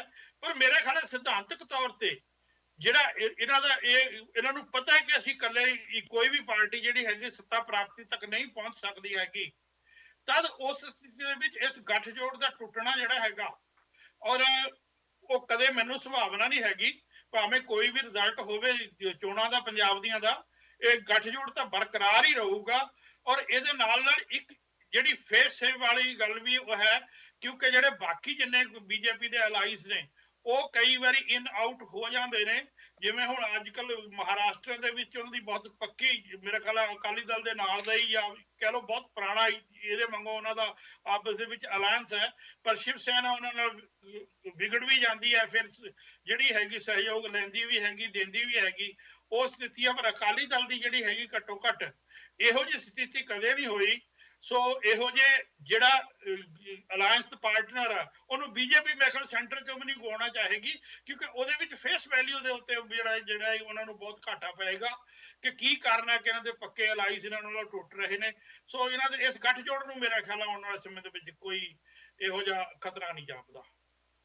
11 ਮਾਰਚ ਸਫਰ ਦੇ ਵਿੱਚ ਕਿਹੜੀ ਗੱਲ ਚਾਹਾਂਗਾ ਕਿ ਜਿਹੜੀ ਬੀਜੇਪੀ ਸ਼ਿਵ ਸੈਨਾ ਵਰਗੀ ਪਾਰਟੀ ਨੂੰ ਬਰਦਾਸ਼ਤ ਕਰ ਸਕਦੀ ਹੈ, ਉਹਨੂੰ ਉਸ ਪਾਰਟੀ ਨੂੰ ਪੰਜਾਬ ਦੇ ਵਿੱਚ ਅਕਾਲੀ ਦਲ ਬਰਦਾਸ਼ਤ ਕਰਨਾ ਬਹੁਤ ਔਖਾ ਨਹੀਂ, ਕਿਉਂਕਿ ਘੱਟੋ ਘੱਟ ਉਹ ਸ਼ਿਵ ਸੈਨਾ ਜਿੰਨੀ ਪ੍ਰੋਬਲਮ ਕਦੇ ਵੀ ਰਾਜ ਦੇ ਵਿੱਚ ਪੈਦਾ ਨਹੀਂ ਕਰਦੀ, ਔਰ ਇਸ ਕਰਕੇ ਵੀ ਗੱਠਜੋੜ ਸ਼ਾਇਦ ਨਾ ਟੁੱਟੇ। आई थिंक इस गल तो शायद मैं भी एग्री करूंगा सदीप जी ਤੁਹਾਡੇ ਨਾਲ। 11 ਮਾਰਚ 2017 ਇੱਕ ਹੋਰ ਪੱਖ ਨਾਲੋਂ ਕਾਫੀ ਜ਼ਿਆਦਾ ਇੰਪੋਰਟੈਂਟ ਹੋਊਗਾ। ਜੇ ਅਸੀਂ ਸਾਰੇ ਇੰਡੀਆ ਦੀ ਰਾਜਨੀਤੀ ਤੇ ਨਿਗਾਹ ਮਾਰੀਏ, ਹੁਣ ਤੋਂ ਹੀ 2019 ਦੀਆਂ ਗੱਲਾਂ ਹੋਣ ਲੱਗੀਆਂ ਨੇ। ਇੱਕ ਪਾਸੇ ਬੀਜੇਪੀ, ਦੂਜੇ ਪਾਸੇ ਆਪੋਜੀਸ਼ਨ ਪਾਰਟੀਆਂ ਇੱਕ ਇਕੱਠੇ ਹੋ ਕੇ ਇਲੈਕਸ਼ਨ ਲੜਨ ਦੀਆਂ ਗੱਲਾਂ ਵੀ ਕਰਦੀਆਂ ਵਿਖ ਜਾਂਦੀਆਂ ਨੇ, ਜਾਂ ਤੁਸੀਂ ਕਹਿ ਸਕਦੇ ਜੋ ਸਟ੍ਰੈਟਜੀ ਬਣਾਉਂਦੀਆਂ ਕਿਤੇ ਨਾ ਕਿਤੇ ਸਾਨੂੰ ਖਬਰਾਂ ਵਿੱਚ ਵਿਖ ਹੀ ਜਾਂਦੀਆਂ ਨੇ। ਚਾਹੇ ਬਿਹਾਰ ਦੇ ਨੀਤੀਸ਼ ਕੁਮਾਰ ਹੋਣ, ਜਿਨ੍ਹਾਂ ਨੂੰ ਅਸੀਂ ਕਹਿ ਸਕਦੇ ਹਾਂ ਕਿਤੇ ਨਾ ਕਿਤੇ ਜੋ ਕਿ ਆਪਣੇ ਆਪ ਨੂੰ 2019 ਦਾ ਪ੍ਰਧਾਨ ਮੰਤਰੀ ਦੀ ਕੁਰਸੀ ਦਾ ਦਾਅਵੇਦਾਰ ਮੰਨਦੇ ਨੇ, ਮਮਤਾ ਬੈਨਰਜੀ ਹੋਣ, ਅਰਵਿੰਦ ਕੇਜਰੀਵਾਲ ਹੋਣ ਜਾਂ ਹੋਰ ਦੂਜੇ ਲੀਡਰ ਜੋ 2019 ਵਿੱਚ ਇੱਕ ਵੱਡਾ ਰੋਲ ਪਲੇ ਕਰਨਾ ਚਾਹੁੰਦੇ ਆ, ਉਹਨਾਂ ਦੀ ਨਿਗਾਹ ਇਸ ਰਿਜ਼ਲਟ ਤੇ ਜ਼ਰੂਰ ਬਣੀ ਹੋਊਗੀ। ਤੇ ਇਸ ਰਿਜ਼ਲਟ ਤੋਂ 2019 ਦੀ ਸਟ੍ਰੈਟਜੀਜ਼ ਦੂਜੀਆਂ ਆਪੋਜੀਸ਼ਨ ਪਾਰਟੀਆਂ ਉੱਤੇ ਜੋ ਰੀਜਨਲ ਪਾਰਟੀਆਂ ਨੇ ਉਹ ਸ਼ਾਇਦ ਜ਼ਰੂਰ ਇੱਕ ਪੱਖ ਜਾਂ ਇੱਕ ਪਾਸੇ ਲੱਗਣ ਦੀਆਂ ਸੋਚਣਗੀਆਂ, ਤੇ ਸ਼ਾਇਦ ਬੀਜੇਪੀ ਵੱਲ ਜਾਣ ਜਾਂ ਫਿਰ ਆਪੋਜੀਸ਼ਨ ਨਾਲ ਜੁੜ ਕੇ ਜੁਆਇੰਟ ਆਪੋਜੀਸ਼ਨ ਬਣਾ ਕੇ ਇਲੈਕਸ਼ਨ ਲੜਨ। ਪਰ ਇਹ ਆਉਣ ਵਾਲਾ ਸਮਾਂ ਹੀ ਦੱਸੂਗਾ ਕਿ ਕਿਹੜੀ ਪਾਰਟੀ ਕਿੱਧਰ ਜਾਂਦੀ ਆ। ਪਰ ਮੈਨੂੰ ਲੱਗਦਾ ਵਾ ਕਿ 11 ਮਾਰਚ 2019 ਨੂੰ ਲੈ ਕੇ ਵੀ ਕਿਹੜੀ ਪਾਰਟੀ ਕਿਹੜੀ ਨਾਲ ਗੱਠਜੋੜ ਬਣਾਉਂਦੀ ਆ ਇੱਕ ਇੰਪੋਰਟੈਂਟ ਸਾਬਿਤ ਹੋਊਗਾ। ਬਿਲਕੁਲ ਹਰਪ੍ਰੀਤ ਜੀ, ਕਿਉਂਕਿ ਸੀਪੀ ਸਿੰਘ ਜੀ ਔਰ ਪਰਮੀਤ ਜੀ ਨੂੰ ਮੈਂ ਇੱਕ ਵਾਰ ਚਾਂਸ ਦੇਣਾ ਚਾਹੂੰਗਾ, ਕਾਫੀ ਟਾਈਮ ਤੋਂ ਉਹਨਾਂ ਦੀ ਲਾਈਨ ਨਹੀਂ ਜੁੜ ਰਹੀ ਸੀ, ਪਲੀਜ਼ ਜੀ। ਸੀਪੀ ਸਿੰਘ ਜੀ ਔਰ ਪਰਮੀਤ ਸੀ। ਜਿਹੜੀ ਆਪਾਂ ਪਹਿਲਾਂ ਗੱਲ ਕਰ ਰਹੇ ਸੀ ਕਿ ਅਕਾਲੀ ਦਲ ਬੀਜੇਪੀ ਗੱਠਜੋੜ ਜਿਹੜਾ ਉਹ ਕਦੇ ਵੀ ਟੁੱਟ ਨਹੀਂ ਸਕਦਾ। ਇੱਕ ਤਾਂ ਇਹ ਚੀਜ਼ ਇਹ ਹੈ ਕਿ ਸਿਆਸਤ ਦੇ ਵਿੱਚ ਕੋਈ ਵੀ ਚੀਜ਼ ਅਸੀਂ ਇਹ ਨਹੀਂ ਮੰਨ ਕੇ ਚੱਲ ਸਕਦੇ ਕਿ ਉਹ ਸਦੀਵੀ ਚੱਲੇਗੀ। ਪੋਲਿਟਿਕਸ ਬਹੁਤ ਫਲੈਕਸੀਬਲ ਹੁੰਦੀ ਹੈ, ਲੋੜ ਪੈਣ ਤੇ ਸੱਜਣ ਦੋਸਤ ਦੁਸ਼ਮਣ ਬਣ ਜਾਂਦੇ ਨੇ, ਦੁਸ਼ਮਣ ਜਿਹੜੇ ਨੇ ਉਹ ਸੱਜਣ ਬਣਾ ਲਏ ਜਾਂਦੇ ਨੇ। ਜਿੱਥੋਂ ਤੱਕ ਅਕਾਲੀ ਦਲ ਬੀਜੇਪੀ ਦੀ ਗੱਲ ਹੈ, ਉਹ ਜਿਹੜਾ ਗਰਾਊਂਡ ਲੈਵਲ ਤੇ ਪੰਜਾਬ ਦੇ ਵਿੱਚ ਜੋ ਗਰਾਊਂਡ ਲੈਵਲ ਤੇ ਅਕਾਲੀ ਦਲ ਬੀਜੇਪੀ ਦੇ ਵਰਕਰਾਂ ਦੇ ਵਿੱਚ ਜਾਂ ਲੀਡਰਾਂ ਦੇ ਵਿੱਚ ਆਪਸ 'ਚ ਕੋਈ ਇਤਫਾਕ ਨਹੀਂ ਹੈ। ਇਹਦੀ ਇੱਕ ਐਗਜ਼ਾਮਪਲ ਮੈਂ ਤੁਹਾਨੂੰ ਇੱਕ ਬੜੀ ਵਧੀਆ ਐਗਜ਼ਾਮਪਲ ਇਹ ਦੇ ਦਿੰਦਾ ਕਿ ਕੁਝ ਮਹੀਨੇ ਪਹਿਲਾਂ ਜਦੋਂ ਪੰਜਾਬ ਦੇ ਵਿੱਚ ਬੀਜੇਪੀ ਦੇ ਜਿਹੜੇ ਇੱਥੋਂ ਦੇ ਜਿਹੜਾ ਕਾਡਰ ਸੀਗਾ ਉਹਨੇ ਅਕਾਲੀ ਦਲ ਨਾਲ ਵਿਰੋਧ ਕਰਨ ਦਾ ਫੈਸਲਾ ਕੀਤਾ, ਔਰ ਅਕਾਲੀ ਦਲ ਨਾਲ ਉਹਨਾਂ ਨੇ ਇਹ ਕਹਿਣਾ ਸ਼ੁਰੂ ਕਰਤਾ ਸੀ ਕਿ ਕਿਉਂਕਿ ਅਕਾਲੀ ਦਲ ਬਹੁਤ ਜ਼ਿਆਦਾ ਬਦਨਾਮ ਹੋ ਗਿਆ ਤੇ ਅਸੀਂ ਅਲੱਗ ਹੋ ਕੇ ਇਲੈਕਸ਼ਨ ਲੜਨਾ ਚਾਹੁੰਦੇ ਹਾਂ। ਐਸੇ ਵਿੱਚ ਮਦਨ ਮੋਹਨ ਮਿੱਤਲ ਜਿਹੜੇ ਕਿ ਉਸ ਵੇਲੇ ਦੇ ਕੈਬਨਿਟ ਮੰਤਰੀ ਸੀ ਔਰ ਅਨੰਦਪੁਰ ਸਾਹਿਬ ਹਲਕੇ ਤੋਂ ਉਹ ਆਉਂਦੇ ਸੀਗੇ, ਉਹਨਾਂ ਨੇ ਬੜੀ ਖੁੱਲ ਕੇ ਬਾਦਲ ਸਾਹਿਬ ਦਾ ਸਾਥ ਦਿੱਤਾ ਸੀ ਕਿ ਨਹੀਂ ਜੀ ਸਾਡਾ ਤੇ ਬਾਦਲ ਸਾਹਿਬ ਨਾਲ ਅਕਾਲੀ ਦਲ ਦਾ ਤੇ ਭਾਜਪਾ ਦਾ 9 ਮਾਸ ਦਾ ਰਿਸ਼ਤਾ ਹੈ। ਬਾਅਦ ਦੇ ਵਿੱਚ ਹਾਲਾਤ ਇਹ ਹੋ ਗਏ ਸੀ ਕਿ ਜਿਸ ਵੇਲੇ ਭਾਜਪਾ ਨੇ ਟਿਕਟਾਂ ਦੀ ਵੰਡ ਕਰਨੀ ਸੀ ਤਾਂ ਅਨੰਦਪੁਰ ਸਾਹਿਬ ਹਲਕੇ ਦੇ ਵਿੱਚੋਂ ਹੀ ਬੀਜੇਪੀ ਦੇ ਹੀ ਲੀਡਰਾਂ ਨੇ, ਬੀਜੇਪੀ ਦੇ ਹੀ ਜਿਹੜੇ ਵਰਕਰ ਸੀ, ਅਹੁਦੇਦਾਰ ਸੀ, ਉਹਨਾਂ ਨੇ ਸਭ ਤੋਂ ਜ਼ਿਆਦਾ ਮਦਨ ਮੋਹਨ ਮਿੱਤਲ ਦਾ ਵਿਰੋਧ ਕੀਤਾ ਔਰ ਇਹਦਾ ਨਤੀਜਾ ਇਹ ਨਿਕਲਿਆ ਕਿ ਅੱਜ ਮਦਨ ਮੋਹਨ ਮਿੱਤਲ ਜਿਹੜੇ ਨੇ ਉਹ ਆਪਣੇ ਘਰ ਬੈਠੇ ਹੋਏ ਨੇ। ਮਦਨ ਮੋਹਨ ਮਿੱਤਲ ਨੂੰ ਪਾਰਟੀ ਨੇ ਟਿਕਟ ਨਹੀਂ ਦਿੱਤੀ, ਉਹਨਾਂ ਦੀ ਜਿਹੜੀ ਸਟ੍ਰੈਟਜੀ ਸੀ ਉਹਨੂੰ ਪੂਰੀ ਤਰ੍ਹਾਂ ਨਾਲ ਫਲॉप ਕਰ ਦਿੱਤਾ। ਔਰ ਹੋਰ ਵੀ ਕਈ ਹਲਕਿਆਂ ਦੇ ਵਿੱਚ ਇਹ ਚੀਜ਼ ਦੇਖਣ ਦੇ ਵਿੱਚ ਆਉਂਦੀ ਕਿ ਅਕਾਲੀ ਦਲ ਤੇ ਬੀਜੇਪੀ ਦੇ ਜਿਹੜੇ ਵਰਕਰ ਨੇ ਉਹ ਗਰਾਊਂਡ ਲੈਵਲ ਤੇ ਇੱਕ ਦੂਜੇ ਨੂੰ ਦੇਖ ਕੇ ਵੀ ਰਾਜੀ ਨਹੀਂ ਹੈਗੇ। ਸੋ ਕਿਤੇ ਨਾ ਕਿਤੇ ਜਿਹੜਾ ਇਹ ਮੈਂ ਇਸ ਚੀਜ਼ ਨੂੰ ਇਹ ਮੰਨਦਾ ਕਿ ਇਹ ਜਿਹੜਾ ਗੱਠਜੋੜ ਹੈਗਾ ਉਹ ਬਾਦਲ ਪਰਿਵਾਰ ਤੇ ਨਰਿੰਦਰ ਮੋਦੀ, ਅਮਿਤ ਸ਼ਾਹ ਦੇ ਵਿਚਕਾਰ ਭਾਵੇਂ ਹੋ ਸਕਦਾ, ਪਰ ਅਕਾਲੀ ਦਲ ਬੀਜੇਪੀ ਦਾ ਗੱਠਜੋੜ ਨਹੀਂ ਮੈਂ ਇਸ ਨੂੰ ਮੰਨਣ ਨੂੰ ਤਿਆਰ ਹੈਗਾ, ਕਿਉਂਕਿ ਇੱਥੇ ਗਿਵ ਐਂਡ ਟੇਕ ਹੈ। 2012 ਦੀ ਇਲੈਕਸ਼ਨ ਸੀਗੀ ਉਹਦੇ ਵਿੱਚ ਅਕਾਲੀ ਦਲ ਜਿਹੜਾ ਆਪਣੇ ਲੈਵਲ ਦੇ ਉੱਪਰ ਪੰਜਾਬ ਦੇ ਵਿੱਚ ਗਵਰਨਮੈਂਟ ਬਣਾ ਗਿਆ ਸੀ ਤੇ ਉਸ ਵੇਲੇ ਗੱਲ ਕਿ ਵੀ ਚਰਚਾ ਸ਼ੁਰੂ ਹੋ ਗਈ ਸੀ ਕਿ ਸਾਨੂੰ ਹੁਣ ਬੀਜੇਪੀ ਦੀ ਲੋੜ ਨਹੀਂ ਹੈ। ਬਟ ਉਸ ਤੋਂ ਪਹਿਲਾਂ ਜਿਹੜੀਆਂ ਇਲੈਕਸ਼ਨ ਸੀਗੀਆਂ 2007 ਦੀਆਂ, ਉਹਦੇ ਵਿੱਚ ਅਕਾਲੀ ਦਲ ਬੀਜੇਪੀ ਦੀ ਮਦਦ ਨਾਲ ਗਵਰਨਮੈਂਟ ਬਣਾ ਕੇ ਗਿਆ ਸੀਗਾ। ਸੋ ਕਿਤੇ ਨਾ ਕਿਤੇ ਇਹ ਜਿਹੜਾ ਇਹ ਇੱਕ ਚੀਜ਼ਾਂ ਜਿਹੜੀਆਂ ਐਜ ਦੇ ਉੱਪਰ ਆਲਵੇਜ਼ ਰਹਿਣਗੀਆਂ, ਸਦਾ ਹੀ ਰਹਿਣਗੀਆਂ। ਆਪਾਂ ਇਹ ਨਹੀਂ ਮੰਨ ਕੇ ਚੱਲ ਸਕਦੇ ਕਿ ਇਹ ਗੱਠਜੋੜ ਕਦੇ ਵੀ ਨਹੀਂ ਟੁੱਟੇਗਾ ਜੀ। ਨਹੀਂ ਪ੍ਰਭੂ ਜੀ, ਪਰ ਇੱਥੇ ਇੱਕ ਚੀਜ਼ ਜ਼ਰੂਰ ਦੇਖਣ ਵਾਲੀ ਹੈ, ਗੱਠਜੋੜ ਜਿਹੜਾ ਬਣਨਾ ਔਰ ਗੱਠਜੋੜ ਜਿਹੜਾ ਟੁੱਟਣਾ ਉਹ ਪਾਰਟੀ ਦੀ ਪੋਜੀਸ਼ਨ ਦੇ ਉੱਪਰ ਜ਼ਿਆਦਾ ਮੈਟਰ ਕਰਦਾ ਹੈ। ਜਿਵੇਂ ਹਰਪ੍ਰੀਤ ਜੀ ਨੇ ਕਿਹਾ ਕਿ 11 ਮਾਰਚ ਇੱਕ ਡਿਸੀਜਿਵ ਡੇਟ ਹੈ, ਜਿਹੜੀ ਕਿ ਇੱਕ ਬਹੁਤ ਇੰਪੋਰਟੈਂਟ ਡੇਟ ਹੈ ਪੰਜਾਬ ਦੇ ਇਲੈਕਸ਼ਨ ਵਾਸਤੇ ਜਾਂ ਪੰਜਾਬ ਦੀ ਰੂਲਿੰਗ ਗਵਰਨਮੈਂਟ ਕਿਹੜੀ ਆਏਗੀ ਉਹਦੇ ਵਾਸਤੇ। ਉਹਦੇ ਵਿੱਚ ਜਦੋਂ ਵੀ ਕੋਈ ਪਾਰਟੀ, ਮੰਨ ਲਓ ਕਿਸੇ ਨੂੰ ਕੋਈ ਥੋੜੀ ਬਹੁਤ ਸੀਟਾਂ ਦੀ ਜ਼ਰੂਰਤ ਪੈਂਦੀ, ਤਾਂ ਪੋਲੀਟੀਕਲ ਪਾਰਟੀਆਂ ਦਾ ਕੋਈ ਏਦਾਂ ਦਾ ਲੌਜਿਕ ਜਾਂ ਕੋਈ ਏਦਾਂ ਦਾ ਐਥਿਕ ਅੱਜ ਤੱਕ ਮੈਨੂੰ ਦੇਖਣ ਨੂੰ ਨਹੀਂ ਮਿਲਿਆ ਕਿ ਜਦੋਂ ਕਿ ਉਹ ਆਪਣੀ ਸੀਟਾਂ ਦੀ ਘਾਟ ਨੂੰ ਪੂਰਾ ਕਰਨ ਵਾਸਤੇ ਕਿਸੇ ਨਾਲ ਵੀ ਗੱਠਜੋੜ ਕਰ ਸਕਦੀਆਂ। ਹਾਂ, ਕੁਝ ਰਵਾਇਤੀ ਪਾਰਟੀਆਂ ਨੂੰ ਛੱਡ ਕੇ ਜੇ ਅਸੀਂ ਗੱਲ ਕਰੀਏ ਤਾਂ ਉਹ ਅਲੱਗ ਚੀਜ਼ ਹੈ, ਲੇਕਿਨ ਜੇ ਅਸੀਂ ਬੀਜੇਪੀ ਔਰ ਅਕਾਲੀ ਗੱਠਜੋੜ ਦੀ ਗੱਲ ਕਰਦੇ ਹਾਂ ਤਾਂ ਦੇਖੋ ਕਦੀ ਵੀ ਨਾ ਟੁੱਟਣਾ ਜਾਂ ਟੁੱਟ ਜਾਣਾ ਇਹ ਫਿਊਚਰ ਦੇ ਐਸਪੈਕਟਸ ਵੱਲੋਂ ਦੇਖਿਆ ਜਾਣਾ ਚਾਹੀਦਾ। ਲੇਕਿਨ ਹੁਣ ਤੱਕ ਜਿਹੜੀ ਉਹਨਾਂ ਦੀ ਸਟ੍ਰੈਟਜੀ ਰਹੀ ਹੈ, ਹਾਲਾਂਕਿ ਕਾਫੀ ਇਦਾਂ ਦੇ ਸਮਾਗਮ ਜਾਂ ਕਾਫੀ ਇਦਾਂ ਦੀ ਪਬਲਿਸਿਟੀ ਸੀਗੀਆਂ ਜਿਹਦੇ ਵਿੱਚ ਕਿਤੇ ਕਿਤੇ ਬੀਜੇਪੀ ਨੂੰ ਆਬਜੈਕਸ਼ਨ ਰਿਹਾ, ਕਿਤੇ ਕਿਤੇ ਬੀਜੇਪੀ ਦੇ ਜਿਹੜੇ ਵਰਕਰ ਸੀਗੇ ਜਾਂ ਉਹਨਾਂ ਦੇ ਮਿਨਿਸਟਰ ਸੀਗੇ ਉਹਨਾਂ ਨੂੰ ਉਤੋਂ ਅਵੋਇਡ ਵੀ ਕੀਤਾ ਗਿਆ, ਉਹਨਾਂ ਦੀ ਫੋਟੋ ਵੀ ਨਹੀਂ ਲਗਾਈ ਗਈ। ਇਹ ਇਦਾਂ ਦੀਆਂ ਨਾਰਾਜ਼ਗੀਆਂ ਜਿਹੜੀਆਂ ਉਹ 10 ਸਾਲਾਂ ਤੋਂ ਚੱਲਦੀਆਂ ਆ ਰਹੀਆਂ, ਲੇਕਿਨ ਫਿਰ ਵੀ ਦੋਨੋਂ ਪਾਰਟੀਆਂ ਨੇ ਇਸ ਚੀਜ਼ ਨੂੰ ਮੇਨਟੇਨ ਰੱਖਿਆ ਹੈ। ਜੇ ਅਸੀਂ ਇਹ ਗੱਲ ਕਹੀਏ ਕਿ ਨਰਿੰਦਰ ਮੋਦੀ ਔਰ ਬਾਦਲ ਪਰਿਵਾਰ ਦੇ ਵਿੱਚ ਗੱਠਜੋੜ ਹੈ, ਤਾਂ ਕਿਤੇ ਨਾ ਕਿਤੇ ਉਹਨਾਂ ਦੋਨਾਂ ਦੇ ਨਾਲ ਪਾਰਟੀਆਂ ਵੀ ਸ਼ਾਮਿਲ ਨੇ ਔਰ ਉਹਨਾਂ ਪਾਰਟੀਆਂ ਦੇ ਵਿੱਚ ਜਿਹੜਾ ਗੱਠਜੋੜ ਹੈ ਕੰਪਰੋਮਾਈਜ਼ ਹੋ ਕੇ ਚੱਲ ਰਿਹਾ, ਚਾਹੇ ਚੱਲ ਰਿਹਾ ਲੇਕਿਨ ਚੱਲ ਰਿਹਾ, ਔਰ ਟੁੱਟਣ ਦੀ ਸੰਭਾਵਨਾ ਹੋ ਸਕਦੀ ਹੈ ਲੇਕਿਨ ਬਹੁਤ ਘੱਟ ਹੈ। ਇਸ ਚੀਜ਼ ਨੂੰ ਡਿਸਕਸ ਕੀਤਾ ਜਾਣਾ ਚਾਹੀਦਾ ਹੈ।